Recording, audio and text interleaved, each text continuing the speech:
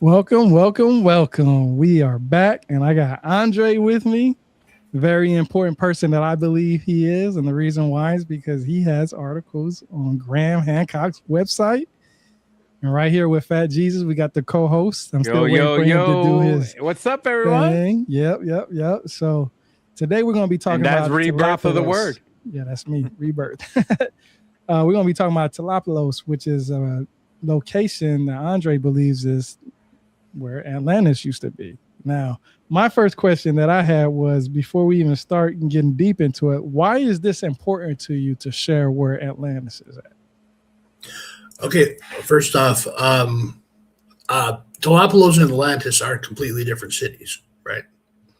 Um, it was stated on my original post that I found Galapagos in my search of Atlantis, but Galapagos ended up being the first solid bit of evidence that I found in my search for Atlantis. I always had believed that I had strong evidence for Atlantis, but it was only through my extensive research of Atlantis did I happen to find the city of Galapagos instead, which incredibly enough is by the measurements of Plato a far greater city in its layout and its scope, but just wasn't talked about as much because of the perspective that Homer gives us from the Odyssey. Mm-hmm. Yeah, and which is very interesting. You bring that up because the two sources for Atlantis is Cretaeus and Critias. I've heard it said so many different ways, and Yes. Timaeus. And those are the two locations where we get the bread and butter of Atlantis from Plato. Yeah. And of course, we have a lot of text that comes after that. But me personally, the horse's mouth is Plato. Before that, it would be Solon and other people, of course. But Plato is the actual one that actually wrote it down for people for records. So if we are going to go off of record keeping, something that was annotated as part of history or some kind of historical event or something like that, it would come from Plato. And we were all talking offline, and I said that one of my favorite sources for that is Benjamin Jowett. And the reason why is because he wrote these ones in 1871, and he talks about the idea of Atlantis and the facts and the truth about it and all this stuff. I brought it up right here. You got translated right here by Benjamin Jowett, 1871, and you can literally go on sacred-text.com to actually read this for free. It doesn't take that long, maybe 15, 20, 30 minutes, depending on your speed. Maybe. Yeah, read. Yeah, it's not a long read. And if you don't want to read it all, what I like to do is if you're on a computer, you can do this on phones and stuff like that, depending on how to search for it. But I like to hit Control F, which is basically, it brings up a little box on the right hand side or wherever the box might pop up on your computer. I just type in Atlantis, and it will bring up everything that is talked about in Atlantis. And there's 3 times when the word Atlantis is actually mentioned in which version are we in? In Timaeus, right? So you have 3 times when it's mentioned, and they're pretty much all in the same paragraph right here. Yeah, right here, and it's very short.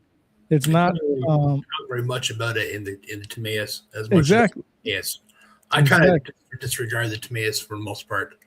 Yeah, because it's not that much of anything spoken about it. I mean, first of all, it's only mentioned 3 times in this one, and it's in one paragraph. Or if you want to the Cretaeus is crazy what it says in there. Yeah. So, absolutely. A lot of people will say, well, Plato says this, Plato says that. Well, honestly, my opinion, correct me if I'm wrong, we don't know exactly what Plato said. We just know what a translation is from what we got from Plato.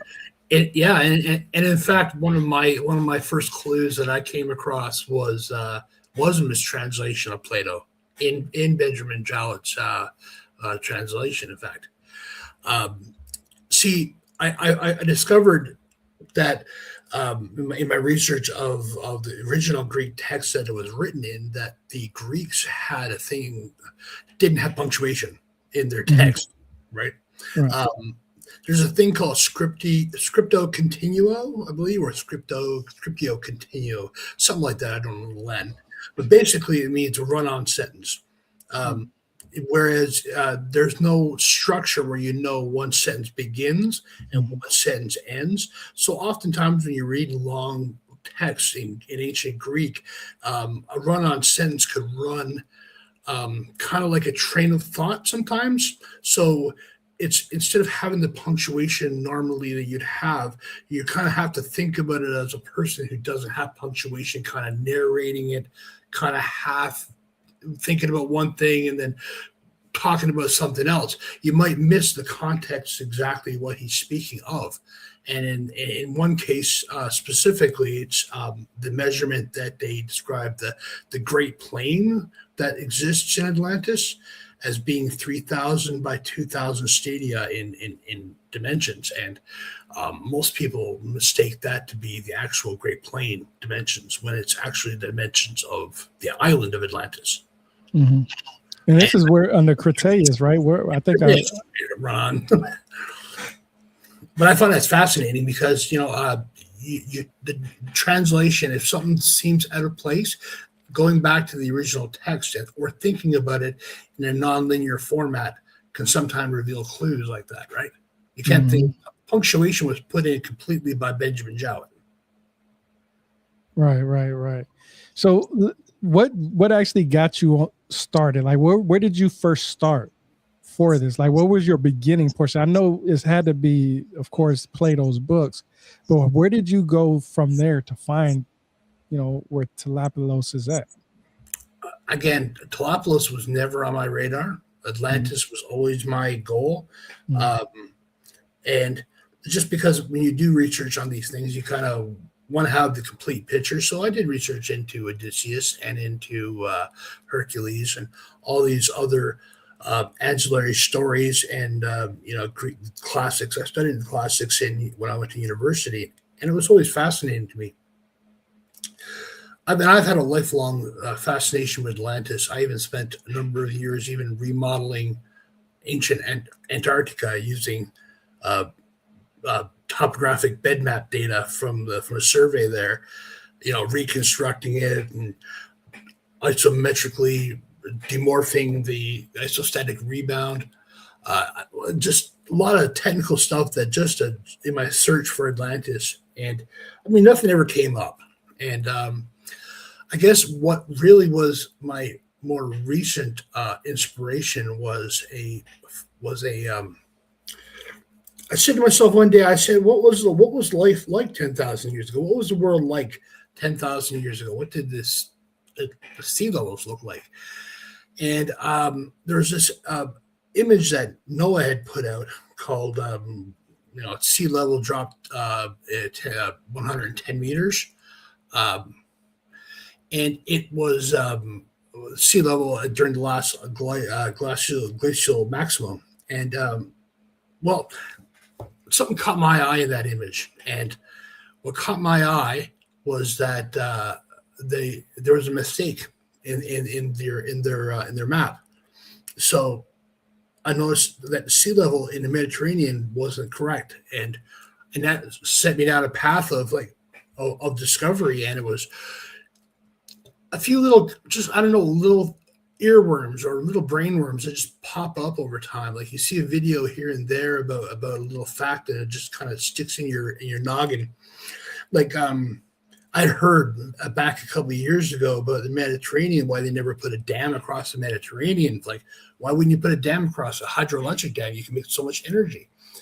But the simple fact is that the sea level would drop in the Mediterranean because of the water that's flowing in from not the tributaries and whatnot. They don't they wouldn't replenish the water. It would evaporate too fast. So what keeps the level of the Mediterranean where it is the influx from the Strait of Gibraltar. So I went off on a rant there. You're putting up images. No, you're doing great. I'm looking up in the distance, and I'm like, No, it makes sense because I've said this before plenty of times and I've said this online to you because I never shy away from what I say and what I believe from what people say. So first of all, you have this article here on Graham Hancock's website.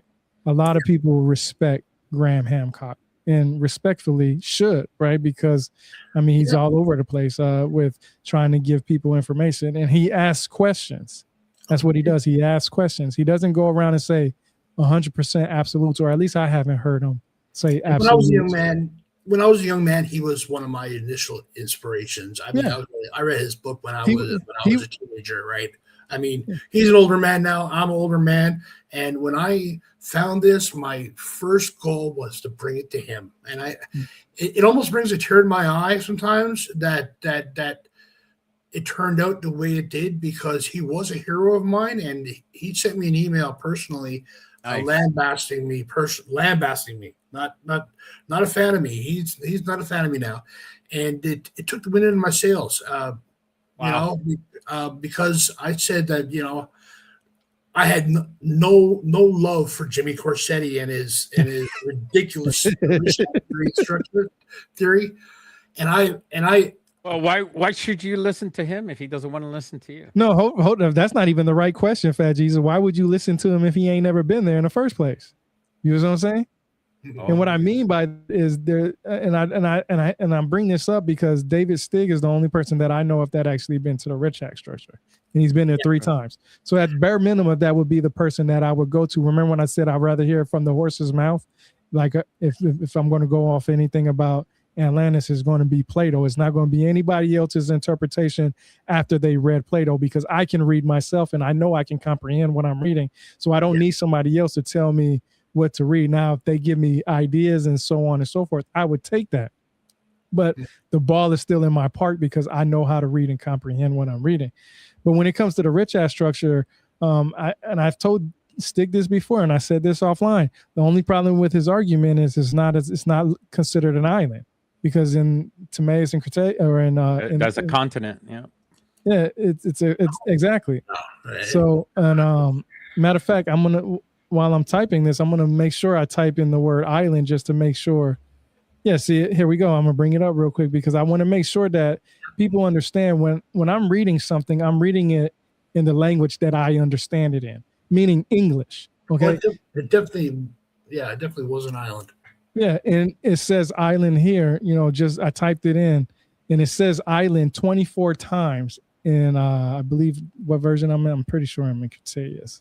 Yeah, it says in Cretaeus 24 different times that the word island is used. I know what an island is because of what I was taught in school, right? And it's usually surrounded by a body of water, a land surrounded by a body of water. Now, there's other indications of an island that some people have said in the past. I want to correct you before you move on. Africa was an island 100 million to 120 million years ago. They consider it an island because it's surrounded by water as far as today. But I just wanted to correct you. I don't want us to be completely false, but even though that's a long time ago, but it was at one time. Yeah, and that's based off of translation. Yeah, that's what I was going to say. That's based off of translation. That's what people would say. But that's not exactly what they was calling it, an island. They weren't calling it island and continents, 10,000, 12,000 years ago. We know that because they didn't have a writing system 10,000, 20,000 years ago, right? But what we do have is depictions. So that's what we have to use as far as depictions. But those depictions are based off of people's understanding from oral traditions, meaning art is creativity, meaning that when you create art, it's in your eyes and your ideas. It's not everybody's. So that's why I say if I'm going to go off of something, I'm reading it in the English version that I am reading it, because that's what I understand. And if I read the word island and understand what an island is, I know that the rich act structure doesn't necessarily fall under that idea. And I also feel like I've also talked to Michael Donnellan, who talks about the Cadiz theory also, and I brought that up to him also. And there's these arguments about Atlantis based off of the wording that is used in English. Like I said, I like to use Benjamin Jowett. So let me ask you this: Andre, because right here it says right here, while the surrounding basin of the sea is everywhere, deep in the neighborhood of the shore, many great deluges have taken place during the 9,000 years. So we know that there's been plenty of floods at that time. But this time, who provided this information? What you're describing there is mistaken. Actually, not mistaken. It's in the context of ancient Greece, not in the context of Atlantis. That's what we need to hear. Yeah, that's what I want you to bring. You got a map I shared in the chat there with you, Hellas there. If you go into Twitter chat there, I sent an image. Oh, you sent the image in Twitter chat. Okay. Now the difference between us and the cultural Greece is far apart. We're modern. We are a modern culture of our own kind, but Greece, completely different culture altogether. So the way they speak, the way they talk, the way they write, how they understand the continents or the world. They even thought the Mediterranean Sea. They said the Mediterranean Sea was a river. It's not a river, it's a sea. But apparently to them it was a river, and they didn't know too much beyond that point. Yeah, if you're not familiar with Greece now, that probably won't. You probably will be like, what's different than what's there now? Well, that whole area that's there listed as Attica, that is not a peninsula right now. There is just an archipelago of islands that are going through there. Most of what you see as mountains are just the tips of islands. But that is what the sea level would have been in the time of Atlantis, in the time of the Greco-Atlantean War that's described by Plato, and the time that this is the pre-Deucalion landscape, right? And like what you described there, it describes ancient Greece as being a basin. And then beyond the basin, which is the sea that you're looking right there, beyond the basin, it drops off deeper. Now, if you go past Crete and you look at the actual topography or the bathymetry of the ocean, once you pass Crete, is Crete there? Where is Crete? Down below? Yeah, there it is. There it is. South. You see where where Cytherea is? Where they? Yeah. South. So yeah, that's. That is what Plato describes there as being of ancient Greece. He describes it in great detail as being a much more fertile land, and like an animal. He describes what happened to Greece as being like an animal stripped of its flesh over time. Like the mountains used to have lots of soil, but all the soil from all the mountains over all the Deucalion events had stripped away all the natural soils and put everything downstream. That's how we feel about today with the United States, when we have taken all the trees down and put up all these cities and everything, and all these animals are now walking around in our neighborhoods when we took away all their homes and everything. So we stripped away everything from them. Yeah, you strip away the vegetation, then the subsoil just erodes away. But it was a little bit more involved in this period, because we're talking about coming off of the last ice age. There were glaciers that were feeding large amounts of water coming through down through Armenia and North Macedonia, through the plains came down, massive amounts of water that flooded during the Deucalion. Oh my gosh, we've been having this problem for thousands of years. This is not just a modern problem. It's an ancient problem too. Oh yeah, well, I mean, all the events that are spoken about in flood events are generally around the Mediterranean Ocean. That's where all our flood mythology comes from. There might be one in India, but I mean, certainly most of them are isolated to the Mediterranean basin, and it's a basin for a reason, because it fills and can flood, but it can only get so high, before it just starts flooding out into Africa and whatnot. But I mean, it's certainly, it's like a bathtub with one big outlet. For them, they felt like they were in a bathtub. Yeah. Well, let me ask you this. So, okay, because you brought up Jimmy Corsetti, you brought up Graham Hancock. I know Graham Hancock he knows Jimmy Corsetti, and he knows a lot of other different individuals. Well, Jimmy he writes the same thing in his books that they talk about. So he adds their information. Am I correct about that, who Andre? Graham? Graham Oh, Hancock? sorry. Yeah. Sorry, what was So the question? the information that you provide, he also adds to his book.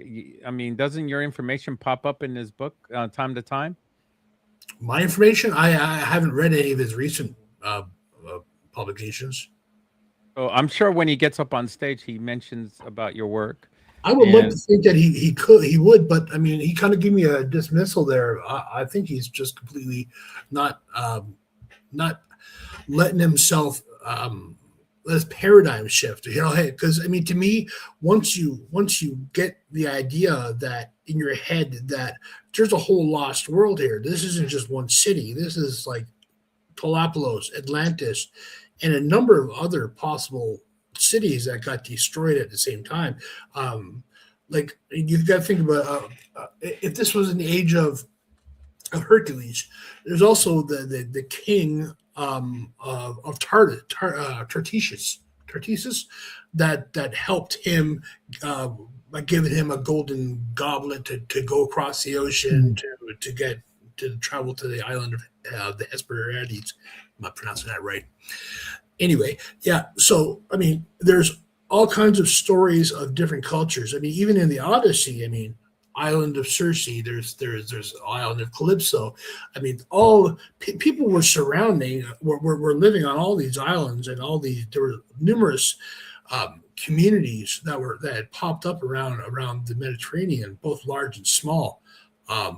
So the thought that there could have been, you know, a civilization that was on par, or if not exceeding the skill level of the Romans 12,000 years ago, or even I dare to say 20,000 years ago, you know, is crazy to think about.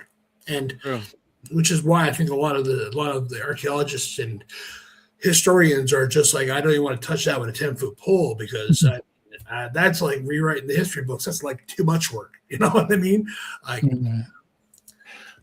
Yes, you know, I got to say, you know, you know, it's hard to tell when somebody is passionate about what they want to do, and it's hard to tell if somebody's doing it for followers and likes, or just jumping on the bandwagon. I know a lot of people steal other people's ideas and stuff like that, and it's very interesting because of the simple fact that, you know, I really believe there's nothing new under the sun. Somebody somewhere knows something, right? But when we talk about Atlantis, it literally says right here. I mean, there's no doubt in my mind. It literally says, but afterward there were occurred violent earthquakes and floods, and in a single day and night of misfortune, all your warlike men in a body sank into the earth, and the island of Atlantis in like manner disappeared in the depths of the sea, for which reason the sea in those parts is impassable and impenetrable, because there is a shoal of mud in the way, and this was caused by the subsidence of the island. Now, this is interesting to me because it literally says disappeared in the depth of the sea. It doesn't say it was disappeared and rose back later on. It said disappeared, meaning that it's gone. So in my idea, when I come up to it, the rich act structure doesn't fall under that at all. No. Right? But now my question is for you, because of the idea of Atlantis. It says, okay, here we go. Let's see. It was here we go. Because I was looking at this right here, this part right here. It says, now in the island of Atlantis, there was a great and wonderful empire which had rule over the whole island and several others in other parts of the continent. And furthermore, the men of Atlantis had subjected the parts of Libya within the columns of Hercules as far as Egypt, and of Europe as far as Tyrrhenia. So we have, like what we talked about offline, is the idea that we know that Atlantis has a capital, right? There's a location for the capital where it's the main branch, but that doesn't take away the fact that it had land from where from it says as far as Egypt and Europe and Tyrrhenia, right? So we know that anything within that area falls under the rule of Atlantis, but that doesn't mean that's the main location. And I brought that up to plenty of people that I spoke to. Is we know that it expands a certain amount of distance, but the fact is that the main location is in one part. But what struck me curious is it does says in over parts of the continent. So that means that island could have been a capital, and the continent that's near that island could have possibly been part of it, right? But let me ask you, when you think of that and you read that, how can I say this? How big do you think the actual Atlantis was, the culture itself? Because you just said, just like you said earlier, they don't have, grammar like we do. Yeah. So it's hard to break that down. Well, like I said earlier, I believe that the island of Atlantis is 3,000 stadia in its length. And that's 3,000 stadia by my research, which is 174.6 meters per stadia, right? Now that's a pretty big clue. And if somebody wanted to start looking around, they might actually find Atlantis, but I'm not going to tell you to do that. But I mean, certainly the kingdom of Atlantis stretched beyond the island. It was described in Plato, and I'm completely ad-libbing here because I'm going off the top of my head, my memory, not actually bringing up the text. But you can correct me if I'm wrong. But King Atlas had 7 brothers who each had a stake in the lands of Atlantis and the surrounding territories. Some had islands, but one brother, I think in particular, whose name was Gaderia, had the lands south of Atlantis on the other side of the sea, adjacent to Atlantis, which he called Gades or Gaderia in Plato. Now, that's where it blows me away that nobody really has made the link between Gaderia or Gades and the actual city of Cadiz, which originally was named Gades after the Herculean legend. So it's not that people haven't made that connection before, but it is certainly why the city of Cadiz originally got its name, because I was talking to somebody actually from Cadiz recently, and he kind of argued the point that I'm wrong, but we didn't really reach any kind of mutual understanding on it. But from my understanding, from Strabo of Amasia, he describes the founding of Cadiz as being having an oracle sent out an expedition in search of the Pillars of Hercules, because in their time they had lost the location of the Pillars of Hercules. And I thought to myself, well, that's awfully odd. How can you lose the location of the Pillars of Hercules? Wouldn't they have been like a legend from the time they were incepted, right? So that kind of caught me as odd that they would send an expedition in search of it. And that's how they actually founded the city. The expedition kept going west until they found something that looked like the Pillars of Hercules. They said, okay, well, this is as close as we're going to get to the Pillars of Hercules. There's nothing else beyond this. We're just going to set up shop here and basically call this Gades or Gaderia, or not Gades, which eventually become Cadiz, is just up the coast from the Strait of Gibraltar. Yeah, and that's what's north of it is Spain, right? Yeah, it's one of the cities of Spain. Yeah, I'm not sure. Hey, can you pull up my map real quick there, Rebirth? I have a screen being shared. Okay, so this is a recreation. None of the maps survived in Greece, so it's very difficult to find something of that time period because they had perishable paper. And this is a recreation by a French cartographer, and you probably know who it is because you're a professional. So, Not off the top of my head. No, I yeah. actually haven't seen this one. It's Okay. funny. It's funny you bring up maps, bro, because Andre actually commented. I went to the oldest city in America, which is St. Augustine, and I was down there, and they actually had a Greek Orthodox church. Well, artifacts down there. Like they changed out this little thing, this little area, and I don't know if you remember or not. But here, I'll bring it up real quick, and I'm bring yours back up in a second, Fat Jesus. But I actually, so I got a lot of pictures too. So here's all the pictures that I have right here that I took from there. And Okay, remember, that's too much. That's ADHD no, right there. here you go. I'm gonna show you because it's funny because Andre made me laugh when when I shared this because he was like, I looked at it and nope. So it had a lot of these maps from Greek. Right here, like all these maps right here was from that location. These are original maps from that location. So when you say they didn't have any maps to survive, these are actually maps. Those are a little bit more modern. Well, you say that, right? Those well, are a bit modern. You say that, right? We're talking about Atlantis time. No, hold on. Well, of course they didn't have maps from that time frame. No, I mean they made maps, but it's just they did not survive. They had a lot of issues over there, man. They had it's interesting because they had a lot of maps, and I brought this up to him, and he said I looked at those and none of them shows it. So it was interesting that at bare minimum, we do have some kind of indication of maps, but we also know how maps were created. They were created because of different people got their hands on. Yeah, they copy it. Somebody's going to scribe. Yeah, somebody's going to scribe another map and copy it. Yeah. But this one is made by Petrus Berthius from France, the French cartographer, and it just depicted that. Atlantis is there. Yeah, it does, doesn't it? They always put their names. Atlantis is right there.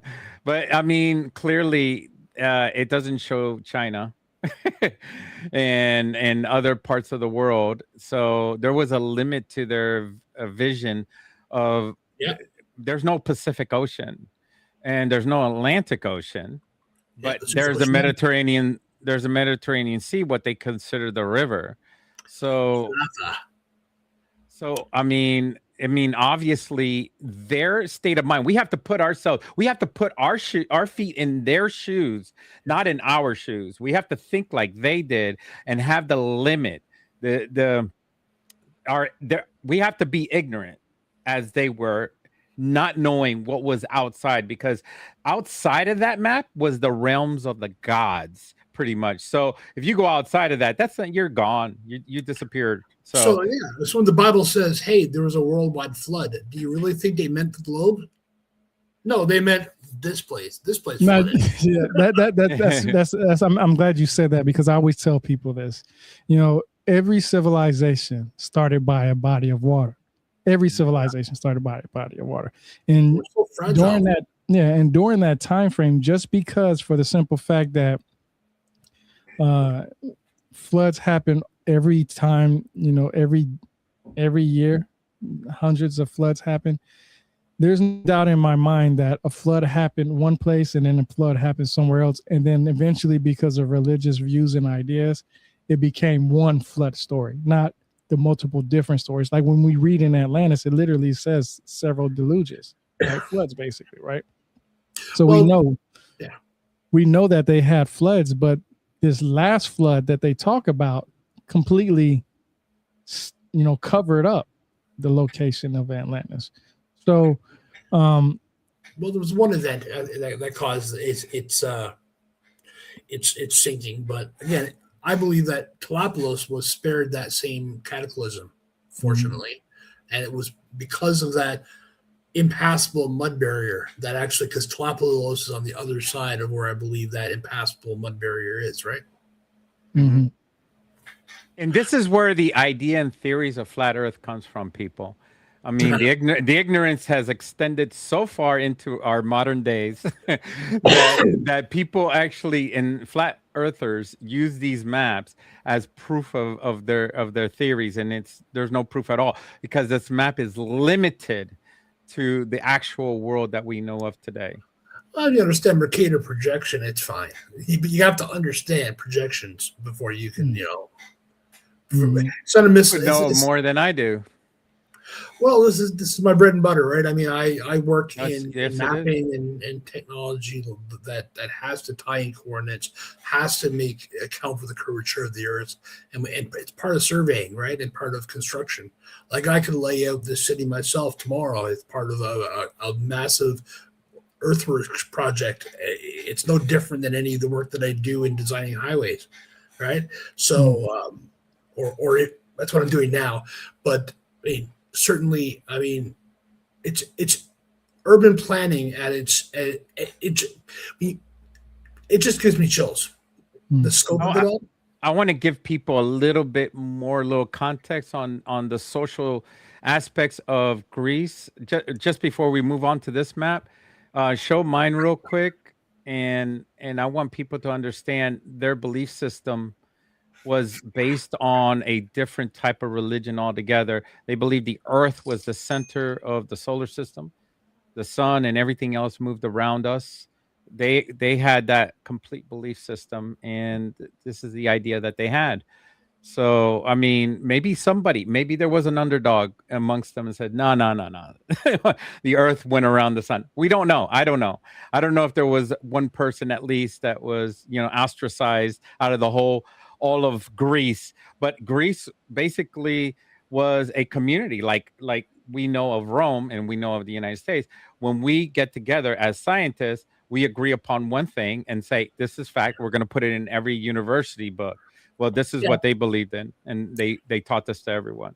So you look at that and you see a simple diagram like that, but you can look at our diagram, a Niels Bohr diagram of the atom, and say that it's great in practical terms as a representation, symbology of what we're talking about. But is an atom really in the same form as orbitals that we traditionally look at? No, they're absolutely not in the same. But for all intents and purposes, for practical, illustration, they might have very well just given that kind of a sketch just to kind of, show that we're at the center of the universe, or the sun is here and whatnot. And you know what's so cool? That Greece, with all their limited knowledge, they were so intelligent, and they were the detail of the mapping, the detail in the fishery, and the detail of knowing exactly where everything was around them.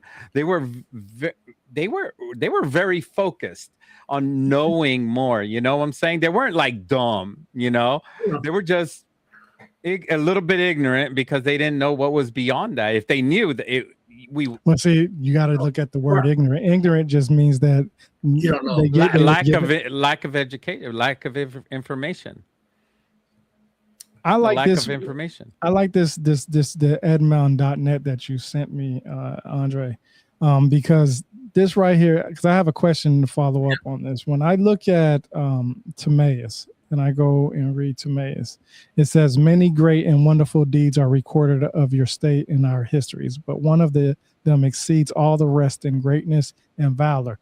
For these histories tell of a mighty power which unprovoked made expedition against the whole of Europe and Asia, into which your city put an end. This power came forth of the Atlantic Ocean, for in those days the Atlantic was navigable, and there was an island situated in front of the straits, which are by you called the Pillars of Hercules. The island was larger than Libya and Asia put together. Now, this right here, what is your idea of this? My take on that is, first off, the size of Asia and Libya put together, that there's no real context for that, because in our modern context, we have no idea what that scale is. So let's just throw that one completely out. That's crazy. What the hell is that, man? I can't believe that. Atlantis was 3,000 stadia, top to bottom, on its biggest length, and that is quite a distance.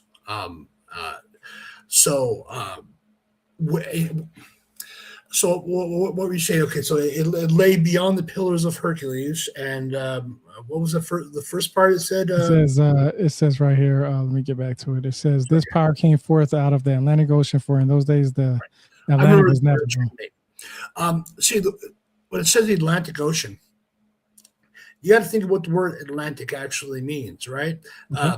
We say Atlantic, right? That sounds like we don't question the etymology of the word, but Atlantic literally means the Sea of Atlas, right? So when you say the Sea of Atlas, the word Atlantic encompasses the body of water. It's called at the Atlantic. So to say the Atlantic Ocean is kind of like a double naming, and so and it's a sea. It literally means a sea of Atlas. So it's not that the Atlantic Ocean is where Plato was describing it. We called it the Atlantic Ocean because that's where we believed lay beyond the Pillars of Hercules. Once we figured out where the Pillars of Hercules were, we were like, okay, well, that's the Atlantic Ocean. But prior to that, that was Oceanus, just Oceanus. So saying the Atlantic Ocean is kind of like I say, it's a misnomer. We've always been calling it that, but it actually refers to a different body of water, a different sea, an inland sea that was created because of the lower Mediterranean Ocean. Can you zoom out, because people think this is on the coast of an island? They actually believe that this is on the coast of an island, and with that belief, that means that it's just part of Greece. But it's not part of Greece. It's in the middle of the sea. I want to say this. Pay attention now. When you look right here at my arrow, right? Let me see if I can make this bigger on the screen for you, because I just noticed this. If you look at this area right here, right where hold on, let's see. It drops off right down here. There, right? Yeah. No, if you look at this here, you can see land all right here, and then it slowly comes up here. Yeah. But that's not actually land. That's actually just low level of water, right? I mean, exactly. So but the point is that you can see that we right here see this part right here, right? It looks like it had a connection at one time from there to that island that we have today. Right, well, the shading could be kind of misleading there because I mean it's based on the elevation, so it represents shallow water. But that's why we have you here, because you can tell us if it is just our eyes deceiving us, or that was connected at one time. Yeah, absolutely. I mean, it was connected. I should have brought my maps up to give you guys, but certainly the one that Graham Hancock had on his website there. But you can see that this little island right here by itself is cut off by this part right here. Yeah, currently it is Strait of Messina. Right here. Yeah. See? Here, zoom out a little bit so you could see how how it splits that island and comes all the way straight down the ridge in that sea area. So I would assume there's earthquakes all the time. I mean, you can see geologically, it's very geologically stable, apart from Mount No Etna, kidding. right there. Oh wow. Well, I mean, the region is fairly earthquake free, I think. I mean, they're very rare to see earthquakes in around that area, apart from like I said, around Mount Etna. I'm not even sure last time that even erupted. But that's a pretty crazy mythological volcano there, Mount Etna. Yeah, I know. I was watching that. That's crazy. There's a lot of people living there too. Did you guys see that? Did you see how that volcano? So this wouldn't be Malta. Italy? It looks like this would be Malta, though, wouldn't it? Yeah, that's the island of Malta. Yeah. So, I mean, we know that, from our understanding, if we look at it, this area right here is very important because it is underwater. If it was at a point that it was much, much, much lower, would all this be, shown? Possibly, right? But then when you go to Google Earth, when I go to Google Earth, you can see. Here, I'll bring it up real quick because this is I like the way that it shows I guess the details and as far as Google Earth, you can see the ridges on the side. Yeah. How do you feel about that? Well, at the edge of the continental shelf, and luckily water didn't drop any lower than it did, because had sea levels not like dropped to where they did, then the continental shelf would have been like really high. I mean, it would be cliffs everywhere. You wouldn't have been able to even get ashore, because at precisely 250 meters is generally the edge of that escarpment, is what they call it, right? Wow. It's where it falls off in the ocean. And but yeah, my theory is that it reached that equilibrium at minus 250 meters, which is twice the level that the oceans worldwide had dropped at the time. Okay. So, and that explores like so much land that it's unbelievable. I mean, even like if you reread the Timaeus or the Cretaeus again, and the very first part where they talk how about beautiful that is, ancient Athens, it was a beautiful country, and the way they describe it is that so much decimation has happened to ancient Greece because of the flooding, and it's just so much flooding has happened over the last 10,000 years. But again, part of my theory that they could have had a stable basin for probably 50,000 years, and that very well could have been the cradle of civilization. Yeah, the volcano I'm thinking about is in Italy. I do apologize for that.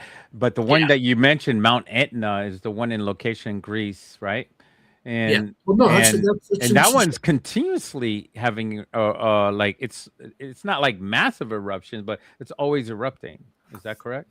Well, it's in Sicily. It's just north of Talapi. Oh, it is. Oh, okay. Yeah. If you bring up the map there on EMOD.net again, I can show. Bring up the map again, Rebirth.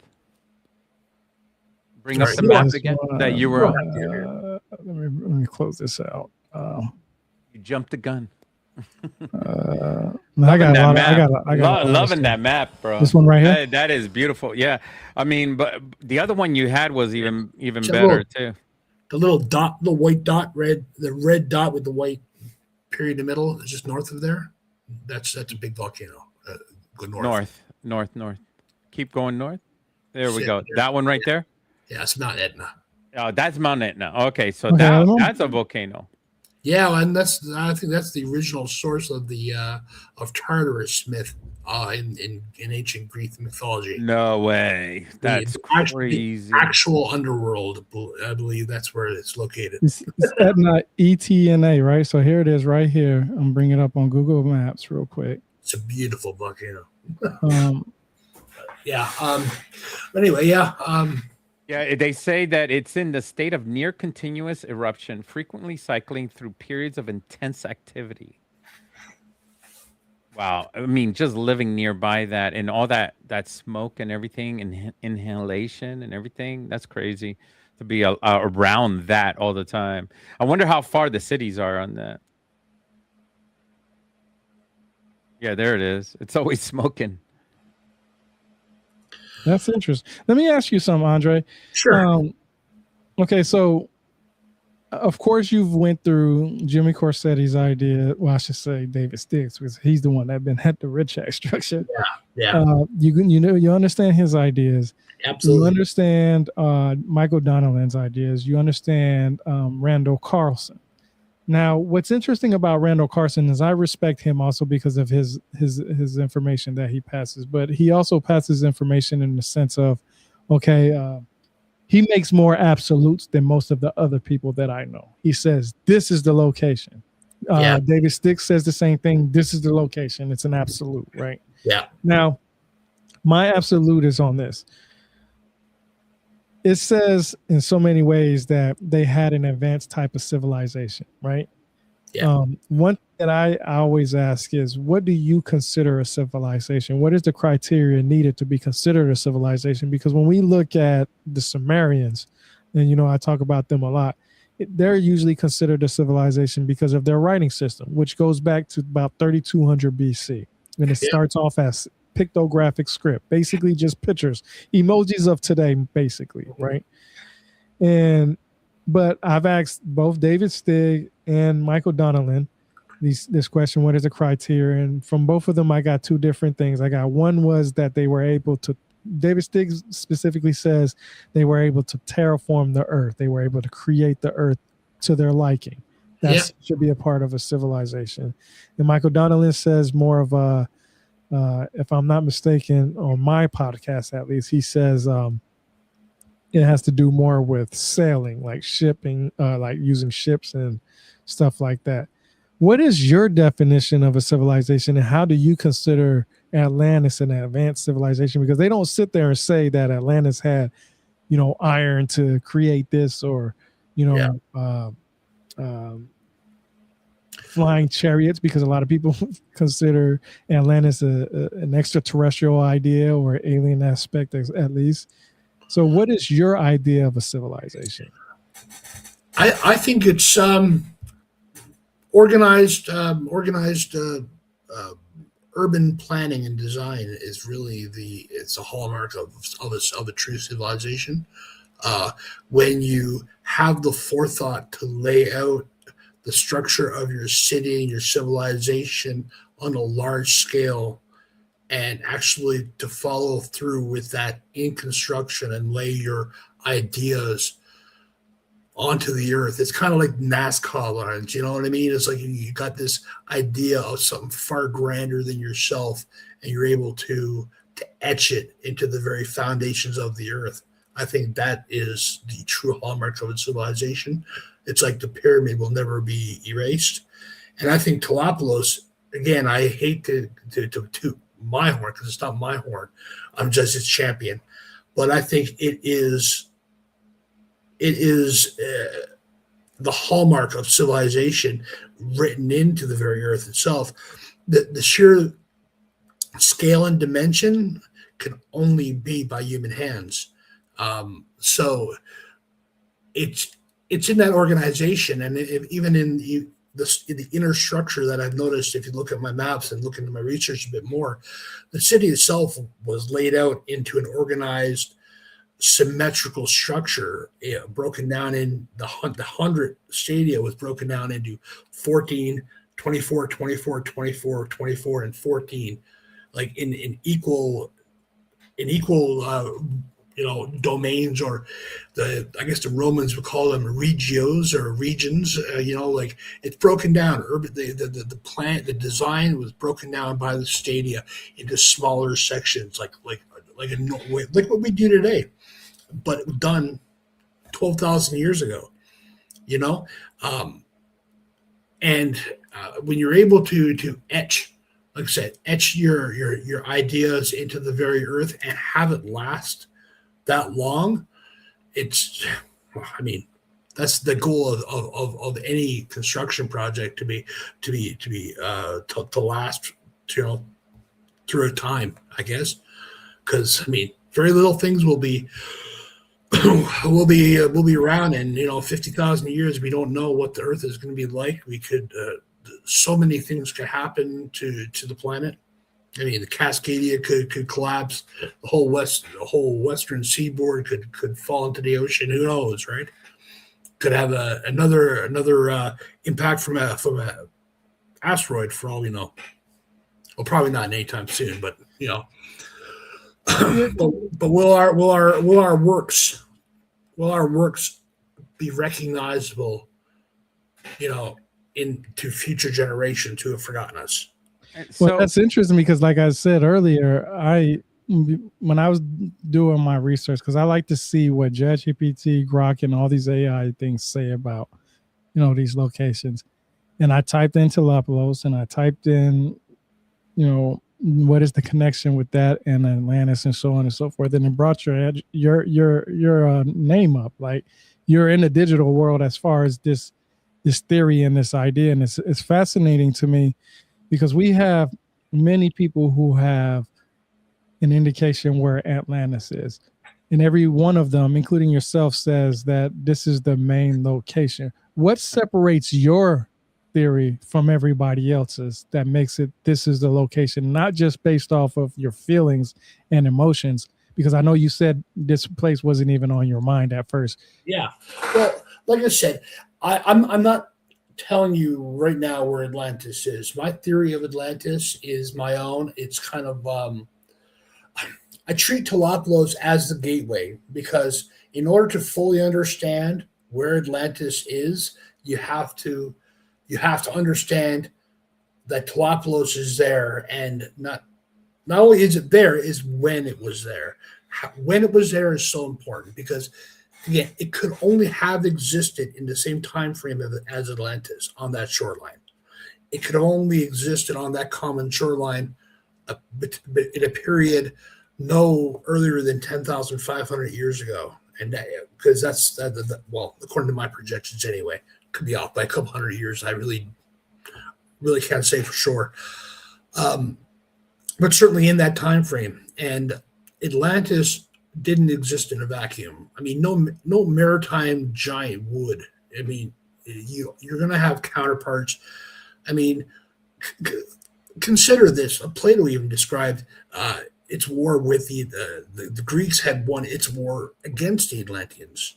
So the Greeks had a comparable society to stand up to the Atlanteans, and so there were probably likely so many other in the area is what I'm saying, that were all drowned, in around the same period.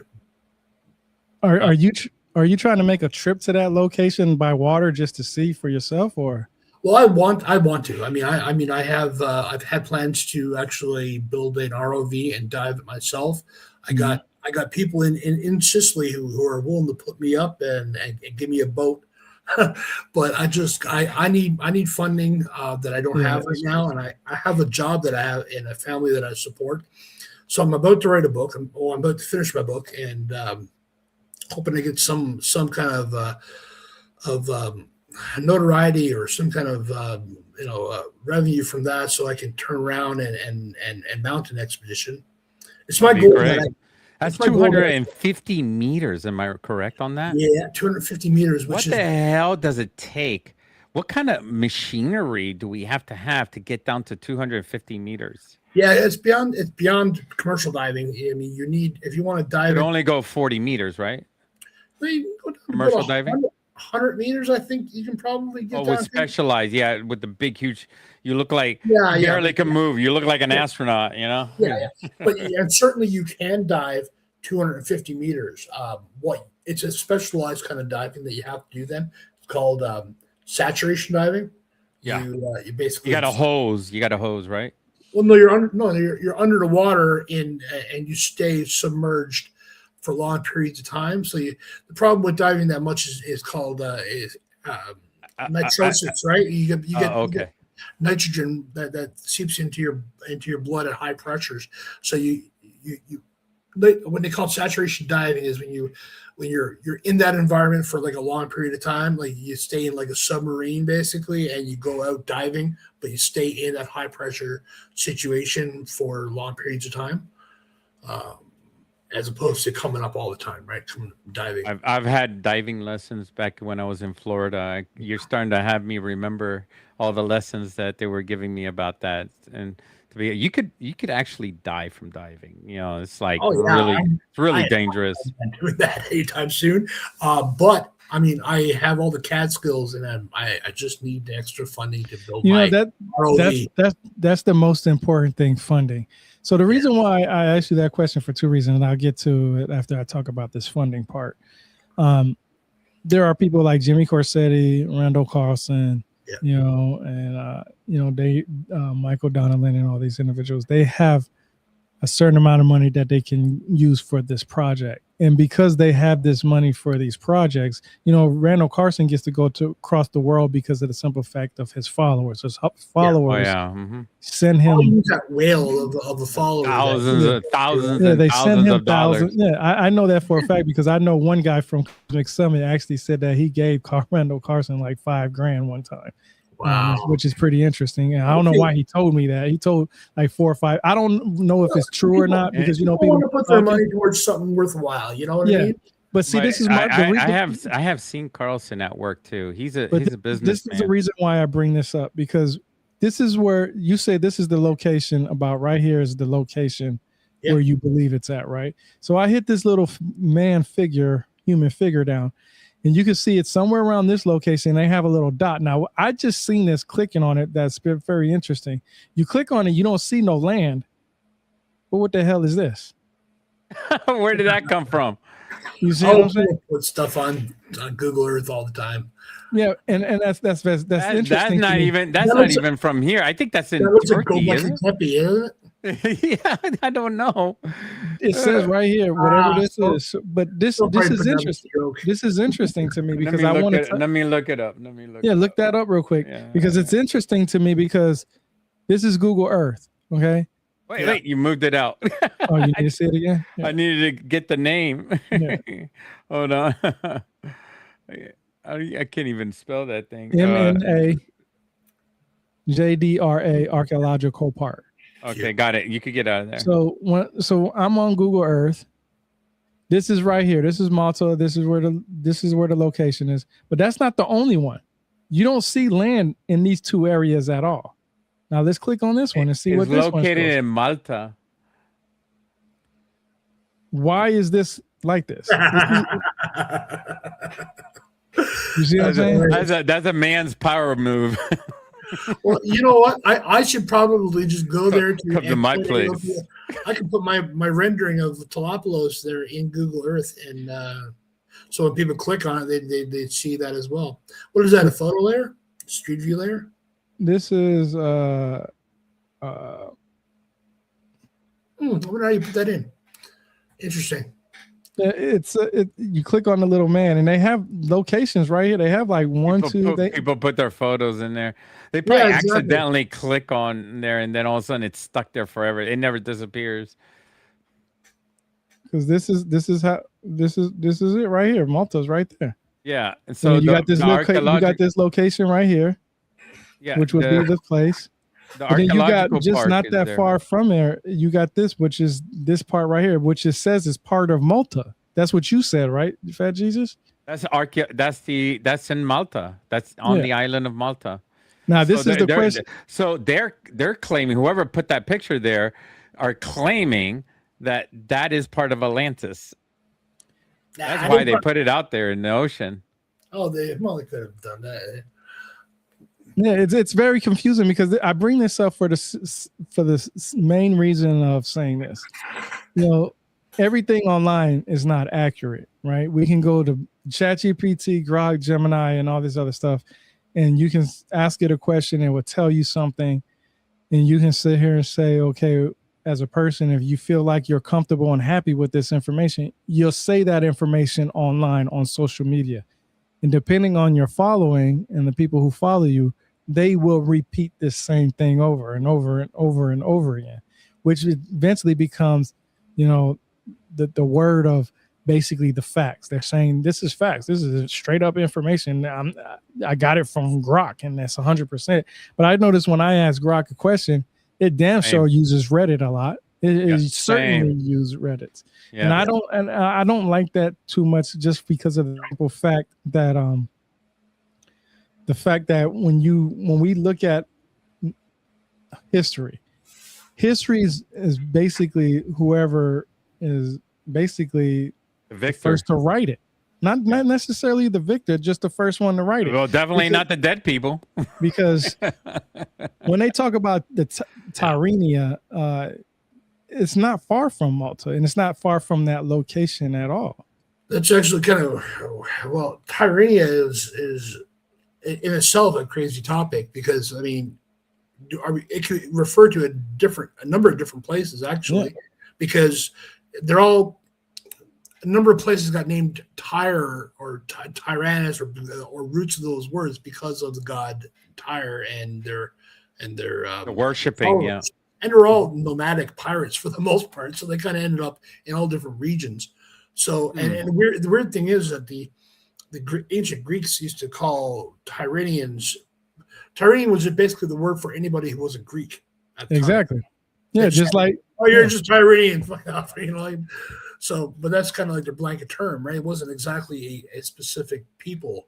And that's what gets me is that most of these places wasn't around when Solon was speaking about this. And Plato definitely in his book that he used the words from Solon himself. See, I disagree with that take on it too, right? I see the Critias as a work of just like a modern work of fiction, really, right? I mean, the places are never what gets exaggerated. It's always the players who get exaggerated or get spoken about. And the reason why I say that is because, okay, Plato, after the death of Socrates, traveled to ancient Egypt and studied under Egyptian priests himself. You could show my picture that I have there. It's Plato. So he studied himself. So he could have had firsthand knowledge instead of Solon. I think Solon, he describes it. He doesn't describe the dialogues as being, historical fact. He describes it as a dialogue. He's talking about other people talking about stuff. If he actually had firsthand knowledge, he wouldn't put himself into place of the main protagonist or the source of knowledge in his own book, because it would kind of seem odd, because the tale is about hubris. So you wouldn't put yourself as, hey, I went to Egypt and this is what I learned. You know what I mean? He'd use a character like Solon as a narrative character, just as an avenue of getting his story across. So I think he's just like, he had the firsthand knowledge of this himself. He just needed other characters beside himself to be in the dialogue. So has anybody else talked about Atlantis before Plato at all? Or is it just Plato? The only one that we have records of is just from Plato saying he got it from Solon. Matter of fact, I bring up I'm glad you brought that up, because this is very important. This is a perfect part to talk about this right now. It says Critias got it from it, but he didn't say Plato. Plato doesn't say he got the information. He says Critias, who is a character in there, got it from his forebear Solon. Again, the writer got the information, right? He's not necessarily telling you the truth. Yeah, he says right here, he says, Critias, listen, Socrates, to tell which, though strange, is certainly true, having been attested by Solon, who was the wisest of the 7 sages. He was a relative and a dear friend of my great-grandfather, Dropides. I've heard that said different ways, as he himself says in many passages of his poems. And I just think that there's the story of Critias. I just think there's so much room for fiction in those stories, right? And that is a perfect case of where the fiction lies. Because again, he wouldn't put himself in the place of the character. In a tale of hubris, why would he put himself in there as all, insert himself into as the source of the knowledge? Again, you know what I mean? If that's the case, and it very well could have been the case, because it's documented that he traveled to ancient Egypt and studied under ancient Egyptian priests for like 13 years after the death of Socrates, right?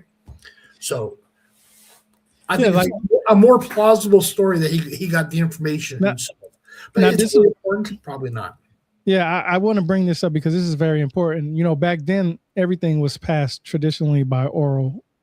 You know, and the way they passed it was through poems and hymns. Well, not necessarily. They just it was okay. So the easiest way to explain it is from mouth to ear.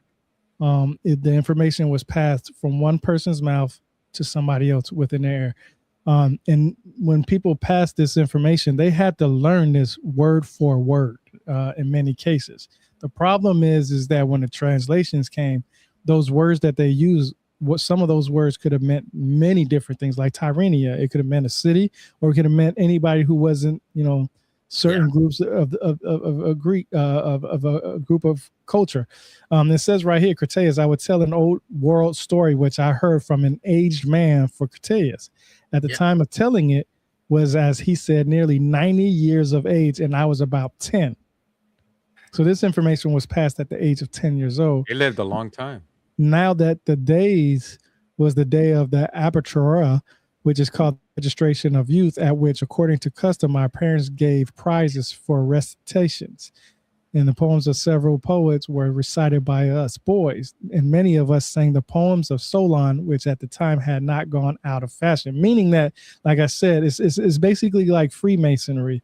When things are passed from mouth to ear, you don't have nothing written down. You don't memorize it by writing or reading a book or paper or anything like that. It's all mouth to ear type things. And this is what I see with this paragraph, or this small section by itself, was that they were given prizes to be able to repeat this orally back, word for word, almost. I mean, and I say almost because I can understand that there were some exceptions. Some people couldn't say words right, say it correctly or whatever the case may be.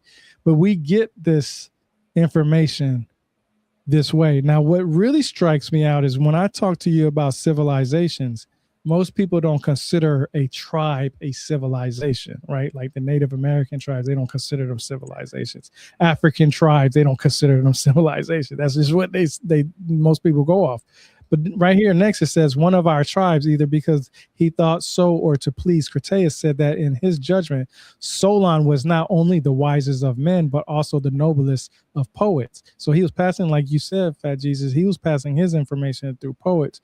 The old man, as I very well remember, brightened up at hearing this and said, smiling, yes, and me, Amy Nander, if Solon had only, like other poets, made poetry the business of life, and had completed a tale which he brought with him from Egypt. From Egypt. Yep. Not key word, people. Yeah, then that's what strikes me is that, do you think this information originally came from Egypt? Oh yeah. Let's describe further on about the priest, right? So the story is written in Egypt then. Like, it's got to be somewhere, because if they passed on the stories by word of mouth, then it's got to be written on walls somewhere, and it will be discovered eventually. I'm assuming. What'd you think about that? Yeah, Andre, what'd you think about that? Well, I think that absolutely there was lots of information stored in the Library of Alexandria that was lost, that was probably exposed to many of the ancient Greeks who traveled to Egypt in that time. I mean, I think it was probably a rite of passage for many of these ancient Greek philosophers and historians to actually get in a boat and travel there. I know Pythagoras did obviously travel to ancient Egypt and around in his lifetime as well. There's an interesting story I heard about Pythagoras' adventures in Egypt. Was when he showed up. He showed up at the temple and he wanted to be a student there. And they said that in order for him to become a student, he had to fast for 40 days and go through a ritual of breathing before they would allow him entry into the school. And he said, basically in arrogance, he's like, I'm not coming for a feeling, I'm coming for knowledge, and I don't understand what fasting for 40 days is going to do it to anything, right? So he eventually relented and actually did go under the fast, and they actually, he recounted his tale and saying that the Pythagoras that showed up at the gate is not the Pythagoras that is entering these walls, and I'm a changed man. It was kind of like a ritual that actually even Socrates adopted as part of his prerequisites to become a student of his. You had to undergo a 40-day water fast to become part of the school, which I thought was kind of interesting as well. Going 40 days without, it's not necessary, and I want to make it clear, it's not necessarily going 40 days without drinking water. It's 40 days just water. Yeah. It's no eating. And it was more of how can I say, from what what it was. Say again? a spiritual cleanse, Yeah, really. there you go. Yeah, spiritual cleanse. Yeah. So, and water always had played that part. We all know that. But when Fat Jesus asks you the question, about well, when he spoke about Egypt and stuff like that, we literally have in these texts Egypt being mentioned in locations of places. So if we were to find something like that, it would be probably in Egypt somewhere, right? But go ahead. I want to hear what you got to say. Well, certainly there once existed that information in the Library of Alexandria. There certainly could be the halls of whatchamacallit underneath. I can't remember the name of that term of the halls of something underneath the Great Pyramids. But I mean, I honestly halls of Amenti. Yeah, Elementi, whatever. And honestly, is there information that can be gathered? I don't believe there is really.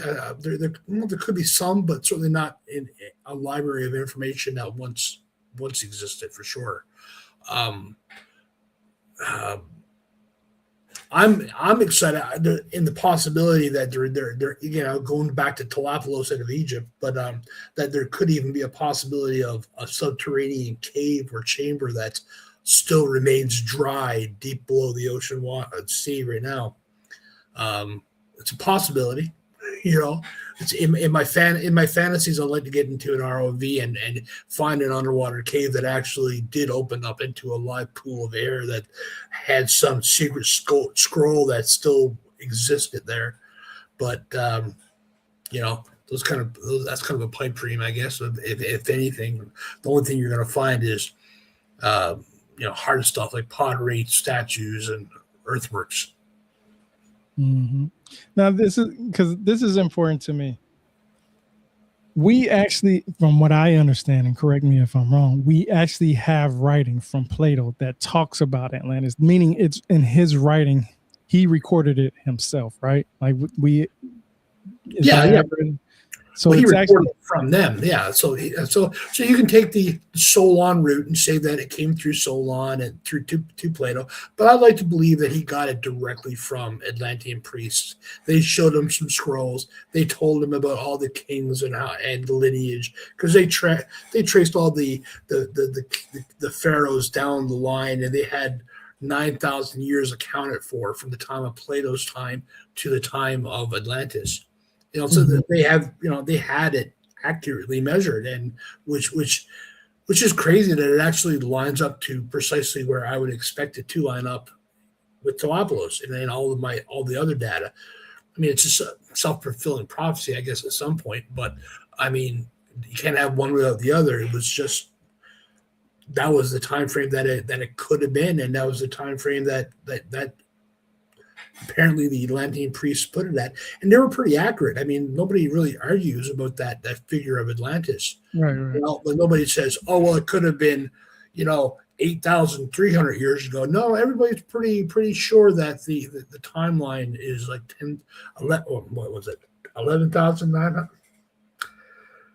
10,600 BC, right? Mm-hmm. Right. Around that area, or 9,000 years.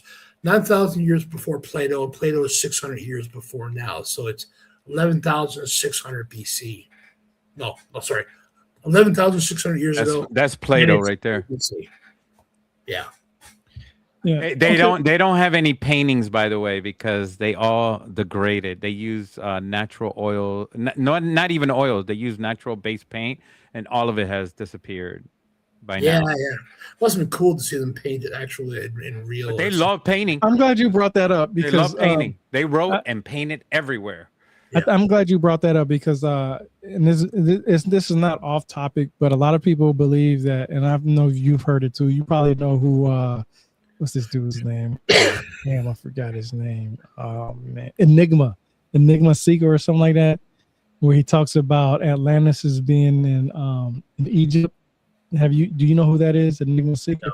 So yeah, probably northern Egypt. So no, he's just a regular old dude that talks about the idea of Atlantis, and I'm shocked that you haven't heard about him, Andre, because he literally goes after everybody that talks about any place other than Egypt. But Hopefully he's still alive. I no, haven't he's heard still from here. him. No, he's there. He's still alive. It's interesting because, you know,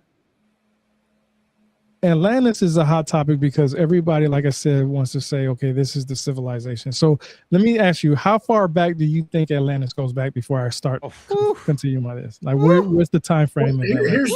here's the thing, right? I think it had to have existed for at least as long as the Egyptians have been around before it fell. You know, we're talking thousands of years prior to its fall. Before or after, before or during Göbekli Tepe? oh my God, that's a long time ago. Yeah, Göbekli Tepe was probably founded by the people who just fled the waters of the rising Mediterranean. You know what I mean? We're talking about Noah's Ark now. Yeah. Well, no. That's so far back. That's insane. That's the oldest city on Earth.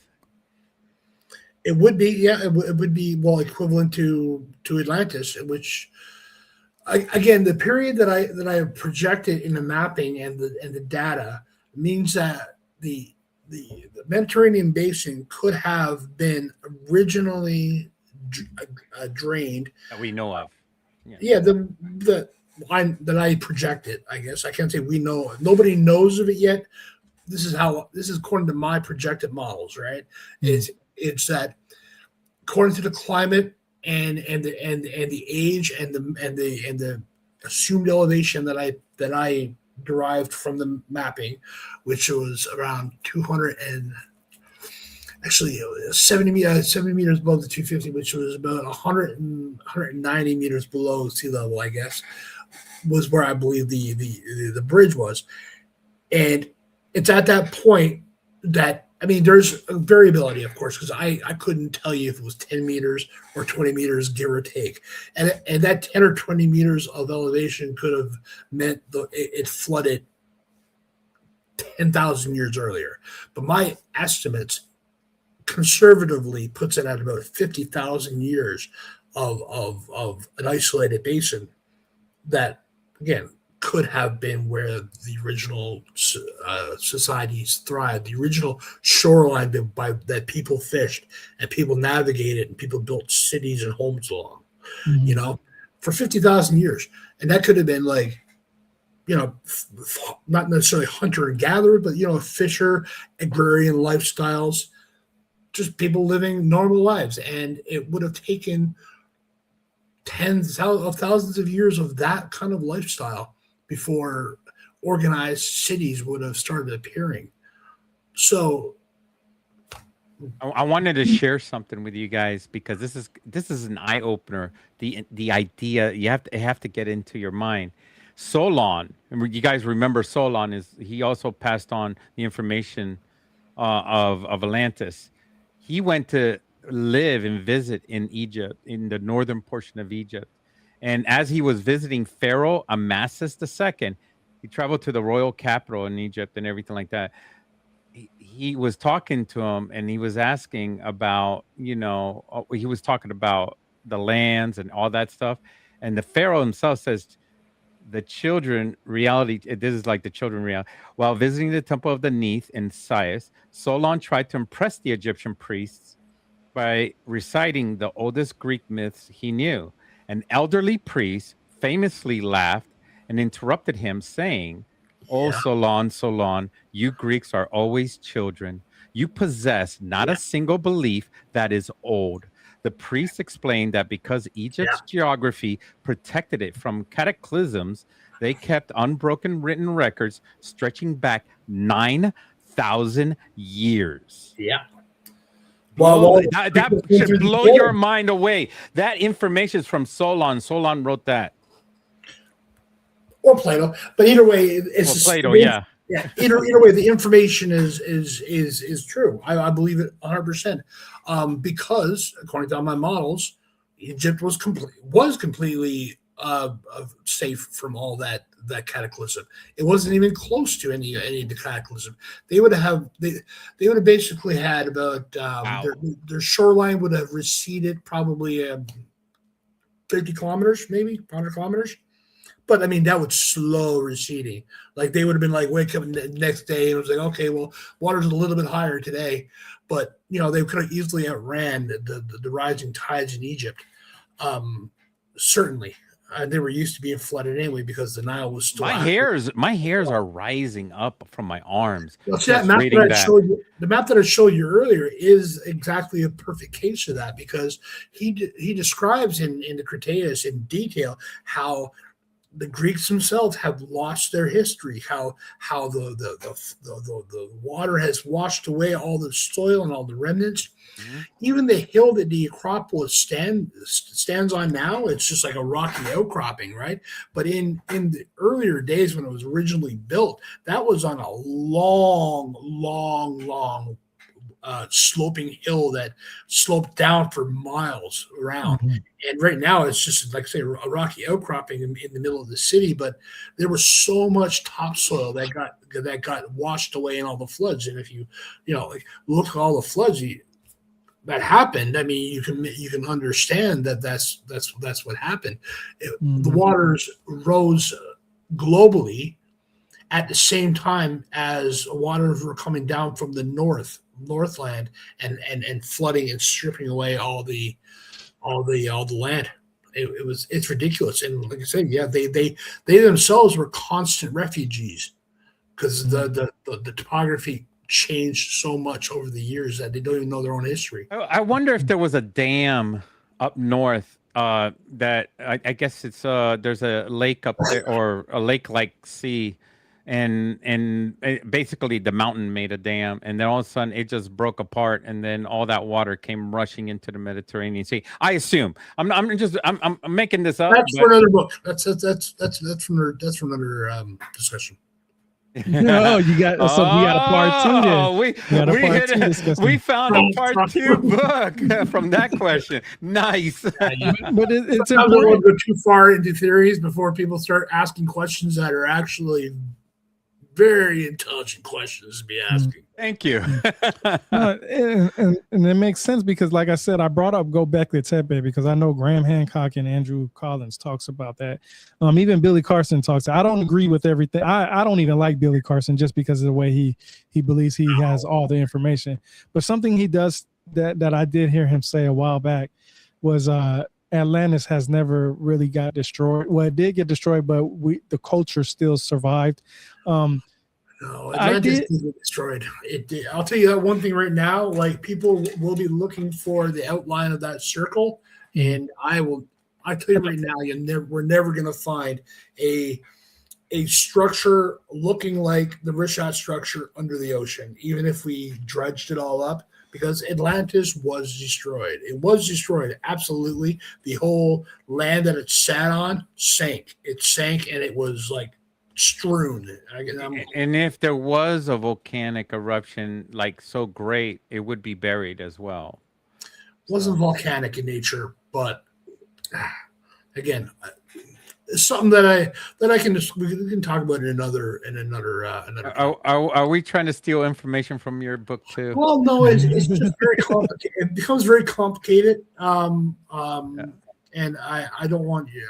Let me tell you right now, Andre. The people right now in the chat are very interested in your book too, because book two is going to open up our minds and our understanding of what really happened in that area, and then it's going to send out the next generation of college and university students to look for it, because once we're gone from this earth, it's going to be the next generation that is going to be discovering what we're talking about right now. What we're talking about is historic. This is historic right now, and we're passing on this information. Everything on the internet, every social media, every historian is going to pick up everything that people have said, even what you have said, and then they're just going to go and look for it themselves, because there's going to be more technology in the future. There's going to be subs that we're going to be able to privately run down there, and go check it out, and we're going to get samples. You I just know, need but one of your listeners who happen to have the extra few hundred K that they got to from a trust fund, or maybe they got an all extra right, Billy Carson. Listen, I'm not taking money. You could be there the whole way and be, I want. We need it. We need an investor. That's for sure. We definitely need like an investor Queen for Mary that whole thing. yeah. I mean, every great. If you are interested in needs finding to- Atlantis, if you are wealthy and you are a billionaire and you want to find Atlantis just because you want to attach your name to it, or just because it's fun. It's fun. You want to do something with your money. Well, invest it in this man right here. He will help you get to Atlantis, and we're going to find the proof and the truth where we're showing you right now. So why do you need him? Well, you need him because he's the one who's been talking about it this whole time. Andre is the only person that has discovered it and found it. You're in the digital world when I appreciate kind words, guys. Yeah. When Telepelos is spoken online, it definitely brought up your name. I wanted to bring up this because this is very important. One of the descriptions of Atlantis is the figurehead. what some people say is the concentric circles. That's the big old idea. Now, Plato doesn't say in his book necessarily concentric circles. He gives ideas like enclosed a hill in which she dwelt all around, making alternate zones of the sea and land, larger, smaller, encircling one another. But he does describe the width of each one of those strips as being a certain width of stadia in length. So he implies as concentric. That's the modern term that we use is concentric circles. Yeah, I have no reason to believe that the city wasn't built to those standards. But I mean, the land that's encompassed in the description that Plato describes only describes a couple of rings that really wouldn't have had very many people living on those rings. Like, functionally speaking, the center area was big enough functionally for like maybe a palace or something like that, a couple hundred people living in there. The next ring out was only a couple stadia wide that circled the city. I mean, you got to think, like, you got to have a road in there. You probably have buildings on each side of the road. Not a lot of real estate, to be honest with you. I've actually calculated the areas and built out Atlantis in 3D as well, according to Plato's descriptions. And it's not that impressive when you look at it compared to Telepelos. I hate to say it. It's rather small. And but it's described in such detail by Plato that's why it's still in the public eye, right? Oh, yeah. The difference with Telepelos is that the description that Homer gives of the city is one of Odysseus is parked outside the harbor. He sees all his ships go into a narrow harbor. They all get attacked in the harbor, and he takes off and he leaves. He cuts his mooring line and leaves. So all he saw was a narrow harbor into it. And if you look at Telepelos, I could pinpoint the place on the coast where Odysseus sat and looked into that harbor. Because I wanted. That's what I wanted to ask. Right? Yeah, I wanted to ask you from the map that you provided, the Edmond map, map. I'm sorry. Where would the concentric circles or the circles be for this location, from what you understand? Like, where would this indication would be? Because it says land, sea, land. Probably closer to Egypt, right? Atlantis is in a completely different spot that I haven't even begin to tell you where it is. Yeah, now that's where I want us to get to. Yeah, and that's where I want. I can't get to. I'm not going to bring you to Atlantis today. Okay. No, that's perfect for part two. It has to be part two because again, I want to have a little bit more stuff out online before I release my theory on Atlantis. I want to have my book out there first. Once I have my book out, then I'm going to be probably more open to talking about that theory. But the understanding of Atlantis is, again, it's not about when, it's not about where it is, because I can pinpoint it on a map to you, and you're not going to see it in AidWineNet. It's not going to show up in the bit. Yeah, I remember you said your book is actually going to explain it. I do remember you saying that.